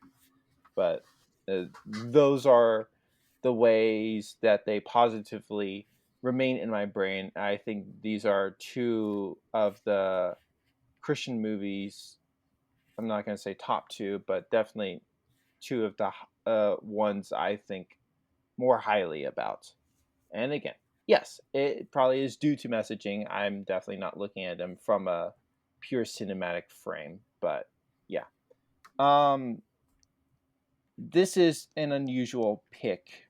I put in a VeggieTales episode, Tomato Sawyer and Huckleberry Larry's Big River Rescue. I'll be honest, I was like, typically, like with these lists, I try to only go for feature length films, and um, I was just looking at like um, things that released in 2008, and this caught my eye. This, I believe, is the VeggieTales episode I watched the most. Huckleberry Larry, at one point is like building his own like theme park out of wood, um, on a settlement he wants, and I don't know, that just really tickled my imagination. Um, the young entrepreneur side of my head was very uh, engaged by it, and intrigued by it. Um, just a whimsical little movie for me, or not movie, episode for me. You can also, I will say, in watching it, you can kind of tell that even from a young age, when I was watching it, a, um, the animation is a little weak, because there were enough people farmed out for the pirates who don't do anything. So this episode suffers a little bit on the animation side, unfortunately. Um, but I think positively about it. I think also, yeah, fun fact, this is the first VeggieTales episode to be finished in HD, from my understanding, or at least widescreen. I forget what exactly. So basically, the episode that released before it was the Wonderful Wizard of Oz, and so I have both of those on Blu-ray. The Wonderful Wizard of Oz, okay, might have been finished in HD, but was not, or maybe it was reformatted for HD, but it was not um, widescreen. So unfortunately for the Blu-ray, it's cropped for widescreen, which is ugly and gross. Um, So, but the next episode, Big River Rescue, is HD, widescreen. First VeggieTales episode to be that, and at least for my sake, I'm happy about that because it's a personal, nostalgic favorite. Um, yeah, I threw in the Incredible Hulk because I really didn't have a lot to talk about. So, like John mentioned, we did double feature of Hulk and the Incredible Hulk. It was the at that time the last MCU product I watched, uh, basically because it wasn't on Disney Plus. That was basically the main reason. I do believe I um, arg the Spider-Man movies. I will say, but um, the at the time the Incredible Hulk was outside my reach, and I did not really enjoy it. And there's part of me that wonders, like, would I appreciate more on a rewatch? But I don't see that happening, honestly. There's not really a lot from this movie I take away from positively. I don't know how my mind will change from that. If anything, I actually really enjoyed the Hulk movie. I bet I talked about that when that was featured earlier. Um, that for me, I guess, was a more interesting and tangible story for me to enjoy, and the Incredible Hulk was not. Yeah, of this list, I have seen The Incredible Hulk, which I briefly gave my thoughts on before when I rated it as one of the my least favorite MCU movies, and Fireproof, which I have not seen recently enough to say anything intelligent about. Yeah. From this, I saw Secrets of Jonathan Spurry based on your recommendation, Christopher, and I enjoyed it generally. There was there was a moment in the film where something happens that I didn't love how they presented it. Besides that, I thought it was a generally solid film. Fireproof was one that I saw, but not by choice. Just one of those things where I'm in the living room where my family's watching it. The only thing I remember about this film was the ending. And then the last thing I saw is The Incredible Hulk, which I grew up with the 2003 Hulk film. I preferred that one. I found this one disappointing. Um, plus, it's just plus given what eventually happens with the recasting, and it's like it's a little weird to look back on. Um, But moving on to my honorable mentions. First up, we have Star Wars: The Clone Wars, the 3D animated film that they had. Normally, I would have this on my top five list, but I decided to have other options to present this time around. I enjoyed this one, but it is very obviously a handful of episodes that they put together because they were told last minute to make it a movie. Um, and you can kind of feel that with the story structure. But I enjoyed this very much. I was very excited for this film when it was coming out. Um, Lots of memories. Won't get into that right now. But yeah, I love what eventually came from this film, which was the Clone Wars TV show. And then we have Madagascar 2 Escape to Africa, which solid sequel, the more emotional of the trilogy. Again, I think I preferred the first film, but this one was solid as well. Then we have Batman Gotham Knight, which is Batman, but from the perspective of different anime studios. So pretty much the Animatrix and Star Wars Visions, but with Batman. And that's cool. It's interesting to see the different takes on Batman. Um, but yeah. Then we have Cloverfield. Um, I thought to mention it here because Cloverfield was big thing at the time, and I liked what eventually came with 10 Cloverfield Lane. Then okay, then we have CJ7, which is an odd one. It is the first foreign film that I ever saw. It's a Chinese Oh, film, and I I didn't choose to see it. It was just something that like my mother went to like a DVD rental store and she saw that on the shelf and was like, "Oh, that looks like a kid's film." So she picks it up, and then I watch it, and it was interesting. First film I had to watch with subtitles. Um, I've only seen it that one time when we got it, but it stuck with my mind. It is kind of, to describe the story, it's kind of like E.T., but with deeper themes of like poverty and such, where the kid finds this alien creature and he's poor and he shows it off, and the alien like poops stuff that's like useful or something. I don't remember. I remember something happening like that, but it was an interesting thing that stuck in my head that I watched at this time. And then we had Journey to the Center of the Earth with Brendan Fraser. Um, I saw this in theaters in 3D. It's a fun adventure. Haven't seen it since then. On a more serious note, we have Clint Eastwood's Gran Torino, um, Gran which is this Torino. which is the story of this very racist person slowly becoming less racist, but is still racist by the end. Um, which has like a very notable or just like infamous or famous ending scene that's kind of sad to some people. And then lastly, I have High School Musical 3. Again, we have a whole podcast series on that. Check that out. My thoughts are this is the best looking because it has a huge budget and all the music numbers are just fantastic and look like Broadway shows. But everything else, story wise, is kind of unmemorable. And yeah, that's this list. Have you seen any of these, Christopher? I've not.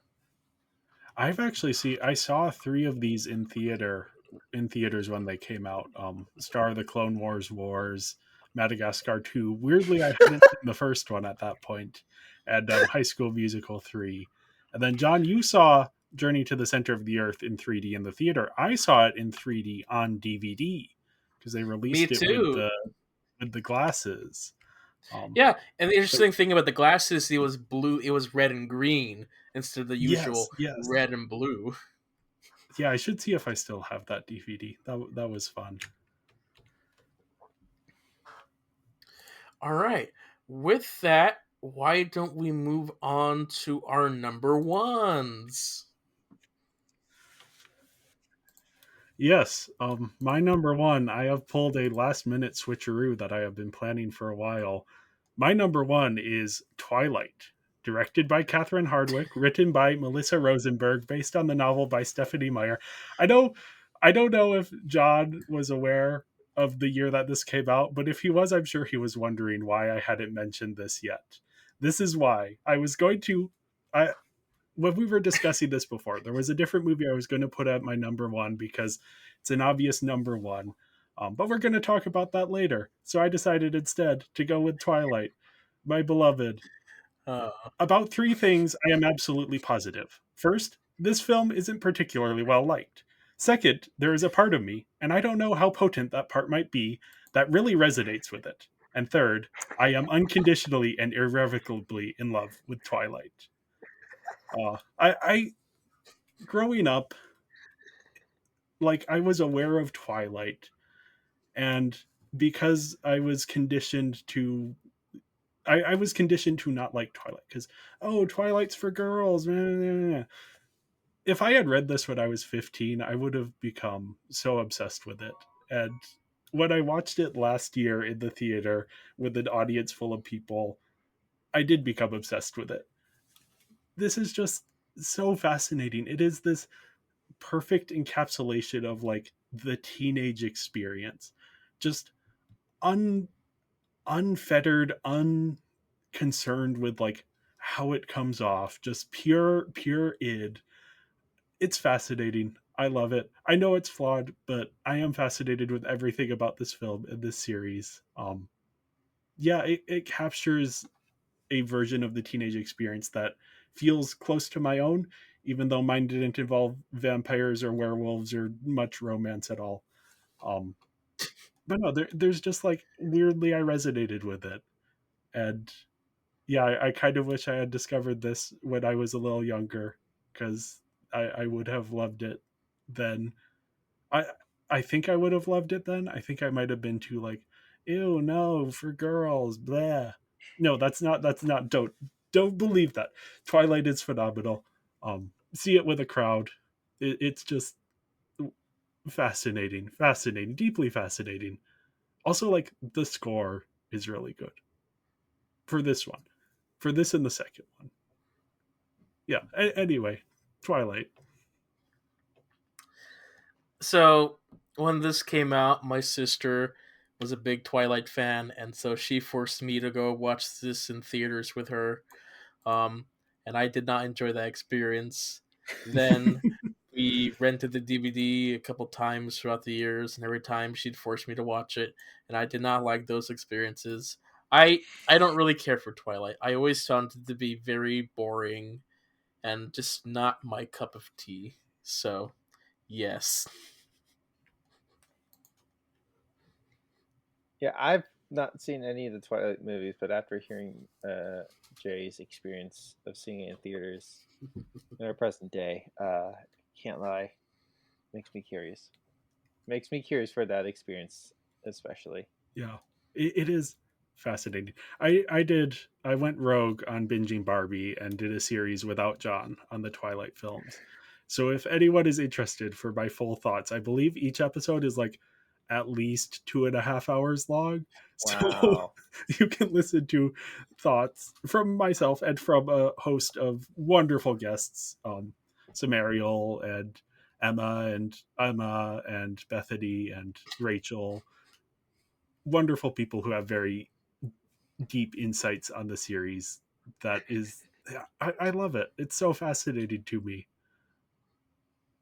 Yeah. All right. I do want to reiterate, just since this is fitting with the theme of my list of movies that I love, but I know that not everyone else loves. I am aware of that. Well, Christopher. Respectfully, I legitimately did not see that coming. No. Really threw me off because like the slides you made kind of like took my breath away and made me really psyched.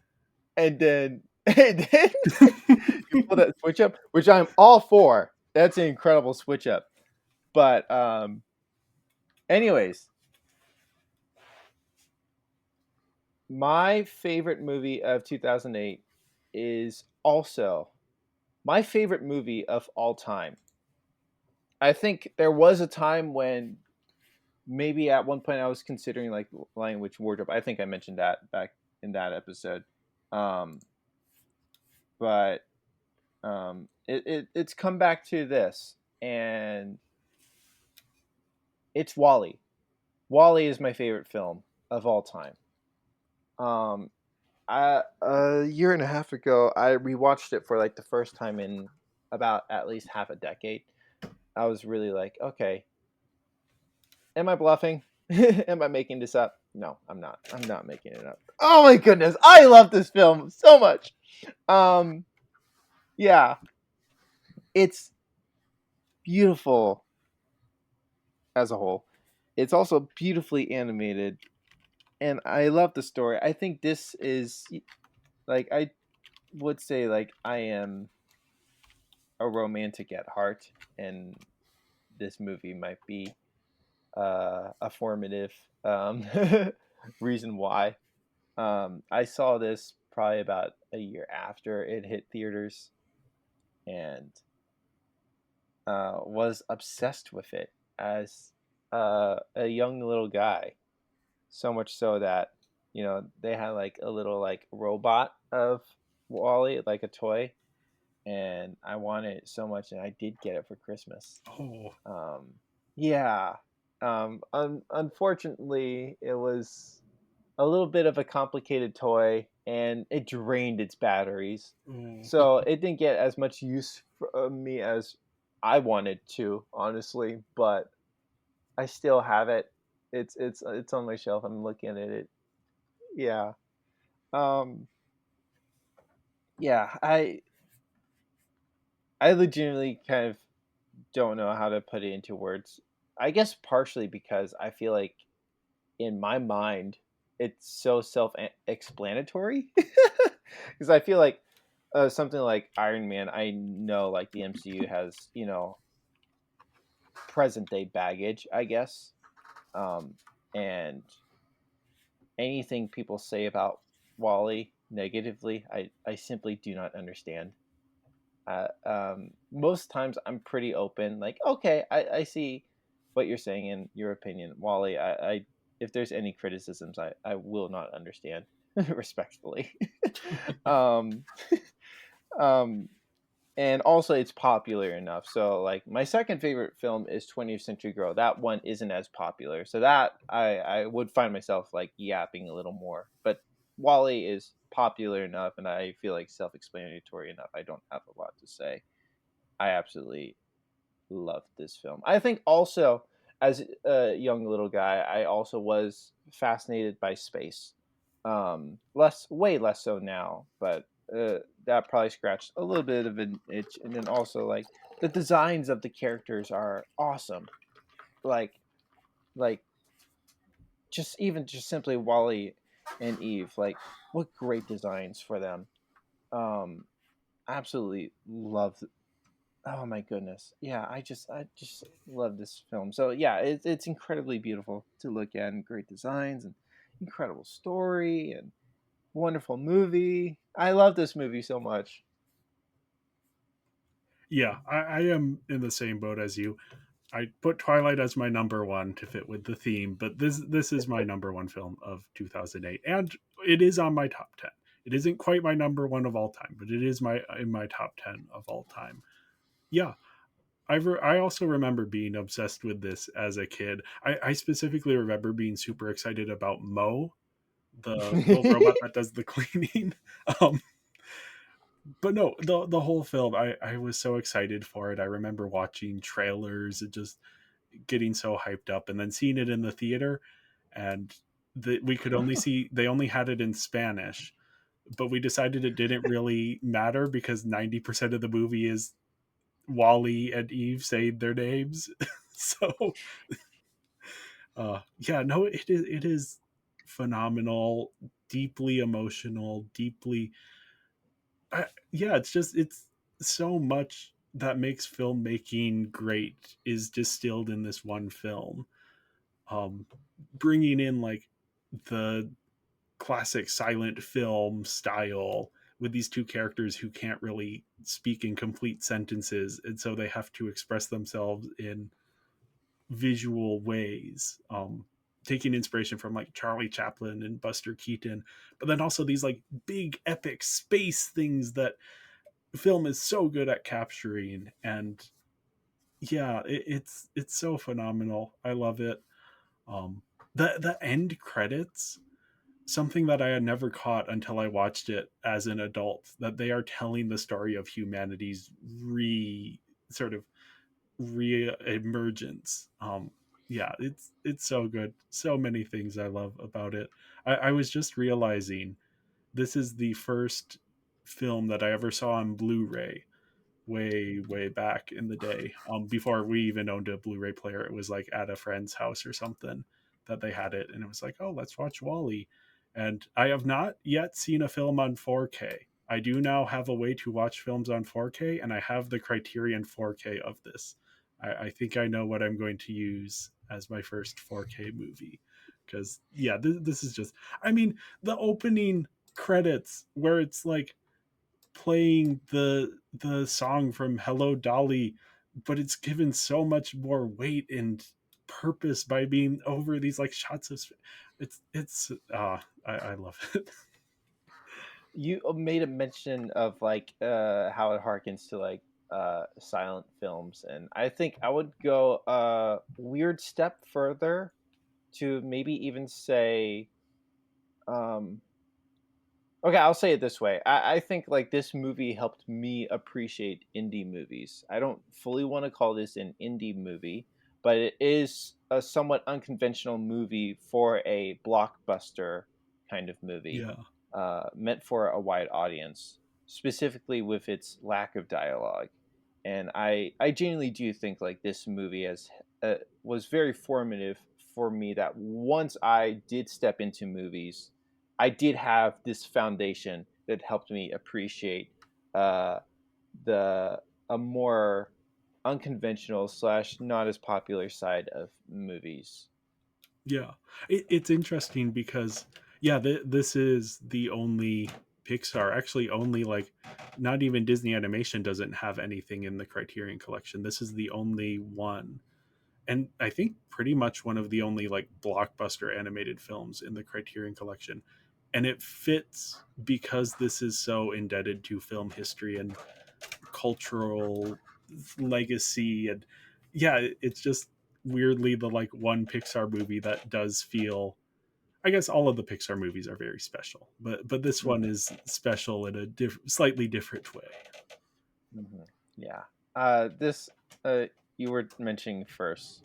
Um, this Wally was my exposure to the Criterion Collection. Oh, okay. So yeah. So when it was like announced, it kind of came to my radar, and that was the first I had heard of the Criterion Collection. It didn't fully make sense to me. Then when I was talking to John one day, he made mention of it, and I looked a little further into it. And so my first Criterion purchase was indeed Wally and Parasite. Nice. Yeah, Yeah, those are, I think my first was Parasite as well. I got that's Wally. so I cool. had already been collecting Criterion for a bit, but I did get it like as soon as it dropped. That's Oh, so cool. yeah, yeah. Great Criterion release for anyone who's looking for something to pick up.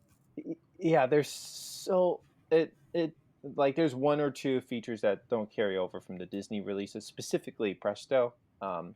That's okay, but um, it's an incredibly dense collection. Like I think it's advertised with over 9 hours of bonus features. Um, it's something I want to go through one day. Like, yeah. Oh my goodness.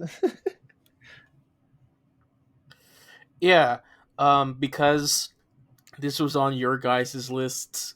I didn't put it on my list, but yeah, this is a very good film. For me, this is like one of the last great Pixar films. There have been good Pixar films since, but this was like the last one that was like really, really special to me, at least.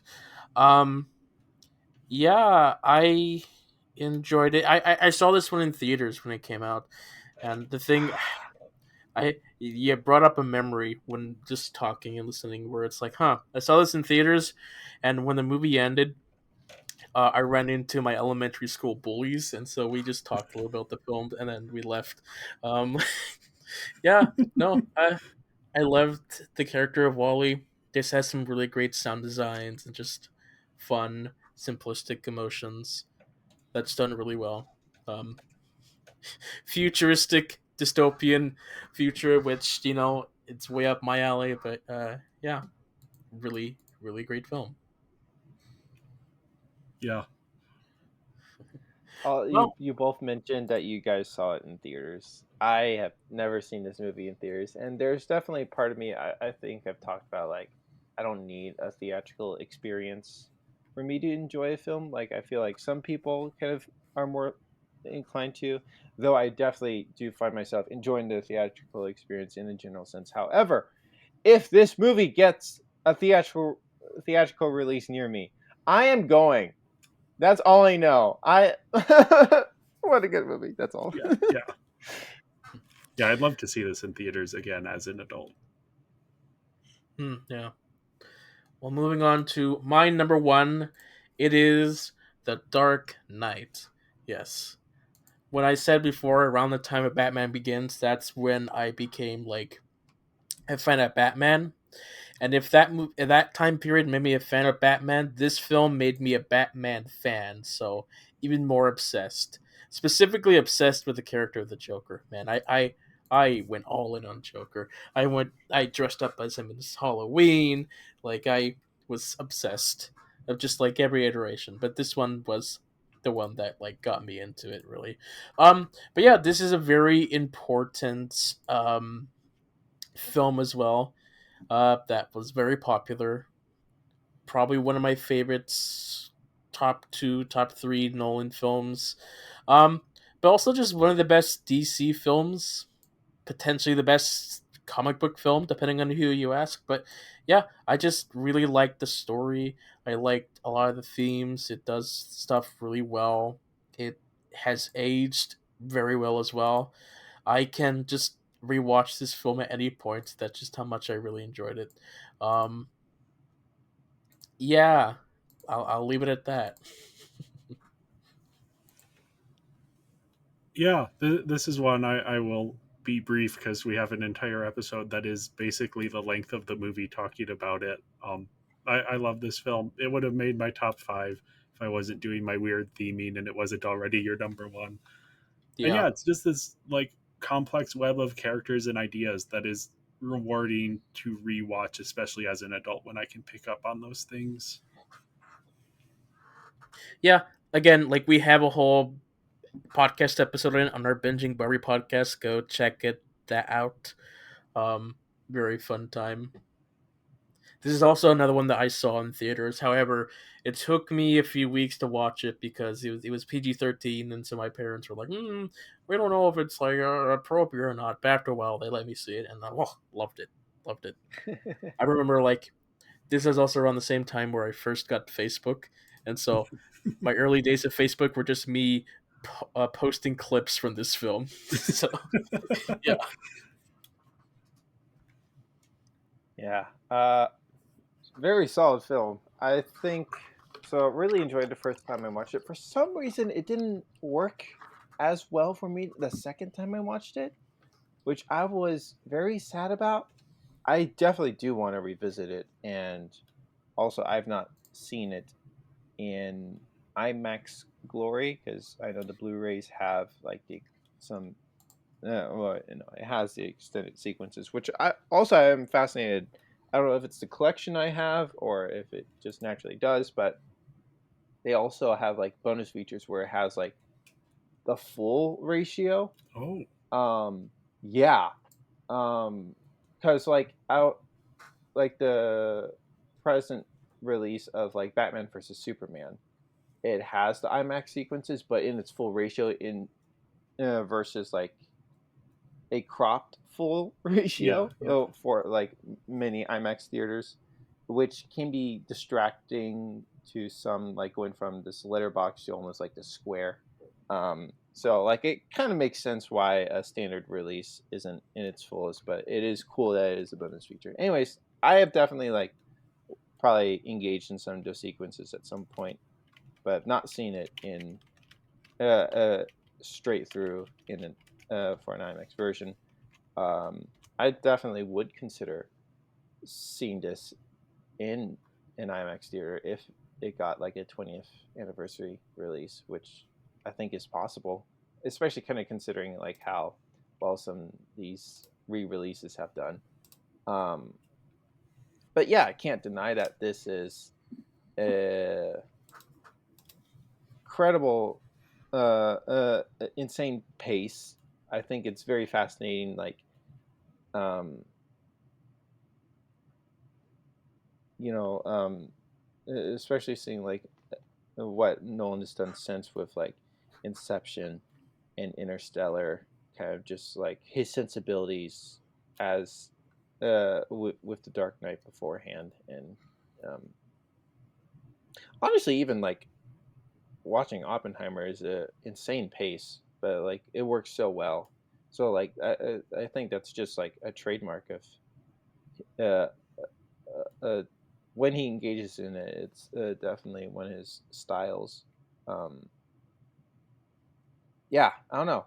And then obviously Heath Ledger as the Joker is an insane performance for sure. Yeah, just really solid film. Even if uh, it's one of those movies where I recognize the second watch for some reason didn't hit for me, and I want to give it a rewatch.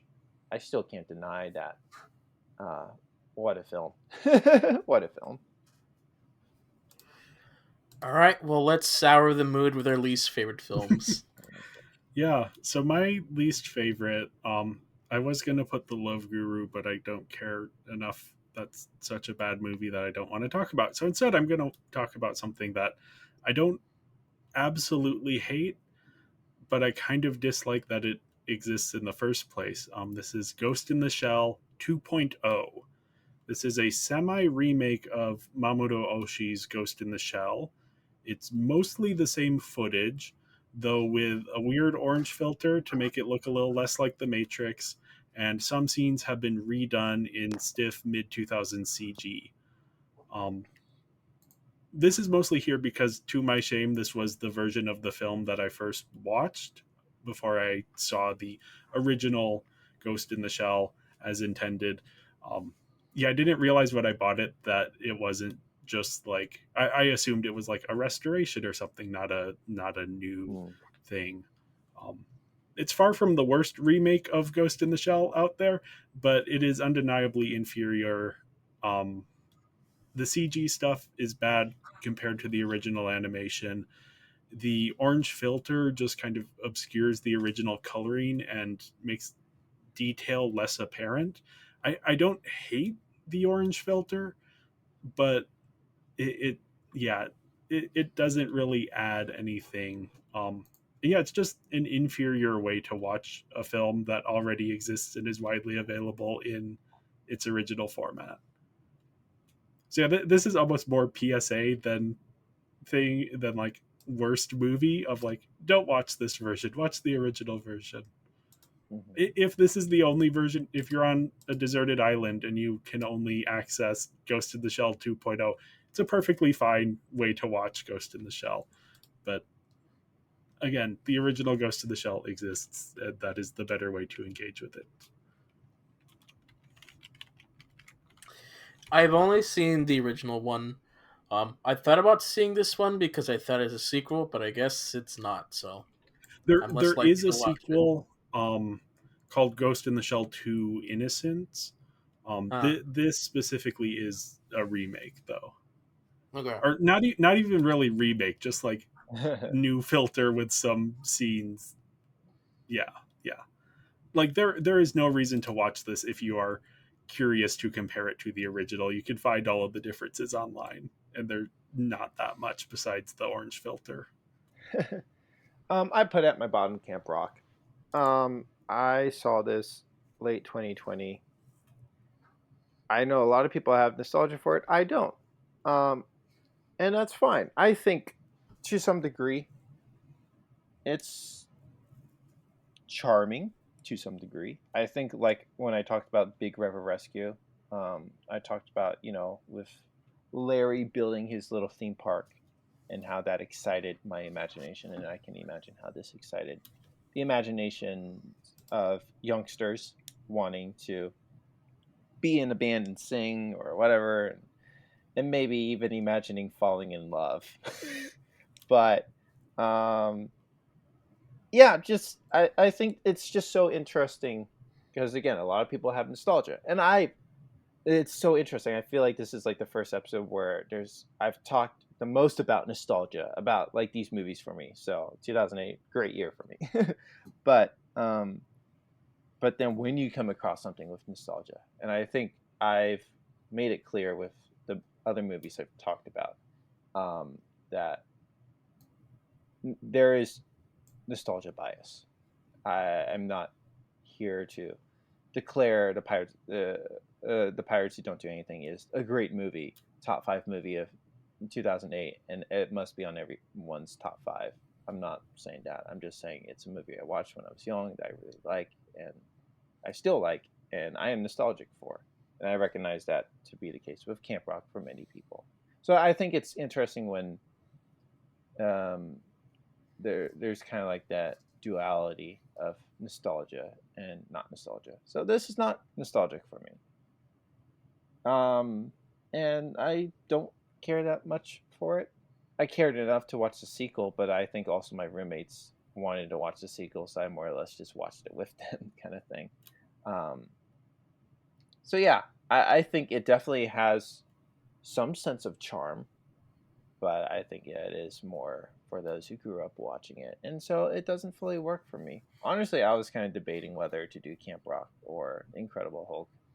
So I feel like as I'm talking, I feel bad for saying Camp Rock is the worst. I don't feel like it's, and also there's been enough distance from both of them for me not to um, remember a lot of details and to give a full solid opinion. But I guess maybe because there's also the bias, the fact of it being a Disney, whether it's a Disney Channel or TV movie, um, maybe I have a little more of a natural negative bias against children's movie, and here I am admitting that. And so maybe I think with Incredible Hulk, I've mentioned curious how would I feel on a rewatch? Would I appreciate it more?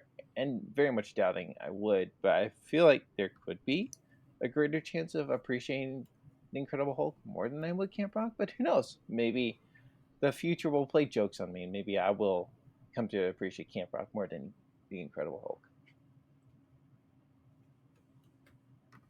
Yeah, I haven't seen Camp Rock. I missed that when it came out, and so I don't really have anything to contribute. Yeah, I saw this film when it came out. I discovered this film. I was going through the toy section of a store looking for any like new Bionicles, because this was the period where like we found out that Matanui was a giant robot, and it was like, oh, the emotions were there. And so like at the end of the shelf, like Camp Rock, new film. I was like, oh, I'll check that out. That's Demi Lovato. Um, I remember her from her show, and I remember really enjoying it when I saw it. I only saw it a couple times, and I've not rewatched it since. But like the main plot, it's very simple. It's stuck in my head. We have since in Barbie Land watched Rock and Royals, which is similar and probably a little better, depending on who you're asking. But yeah, this was a film that I watched and was a fan of for a very short period of my life. All right, moving on to my least favorite. It is Beverly Hills Chihuahua. Um, yeah, again, we have whole episodes where we talk about these films on Binging Barbie. Go check that out. Uh, of the three films, I mentioned this one was my favorite because it has a budget. It looks decently like it was filmed theatrically, but I don't particularly care for the story or such. It has some really catchy music, stupidly catchy music. We should never mention the music because it'll be stuck in our heads. Um, I enjoyed it when I was a kid. A second order, don't really care for it, but yeah, Beverly Hills Chihuahua. The trailer was more exciting than the actual film, the teaser trailer. If you remember. Yeah, my thoughts are in the episode we did on Binging Barbie. Yes. Have you seen this, Christopher? I have not seen any of the Beverly Hills Chihuahua movies. Well, thank goodness. Um, yeah. Well, that's all we have for this time around. Any final tidbits that you want to speak before we go? Kind of like I said, I think this is like the first year that we've talked about where I have some a lot of nostalgia, and if not nostalgia, then influential, specifically with Wally and Iron Man, and Mhm. so quite a bit for me to talk about this time around with more deep seated feelings than saying I just watched this, which has been a lot of fun. I've absolutely loved going through this journey because it's kind of forced me, and I want to, but like discover things. Yeah. But you guys have grown up going to the theater, grown up with some of these movies, and have deep seated feelings. So it feels good to engage in that a little bit myself. Um, yeah. How about you, Jay? Yeah, interesting year. I don't know that I have much else to add beyond that. All right. Looking forward to 2009. Yep. Whatever we're doing in that year. But in that case, thank you guys for listening, and we'll see you all next time. Bye. Bye. Bye.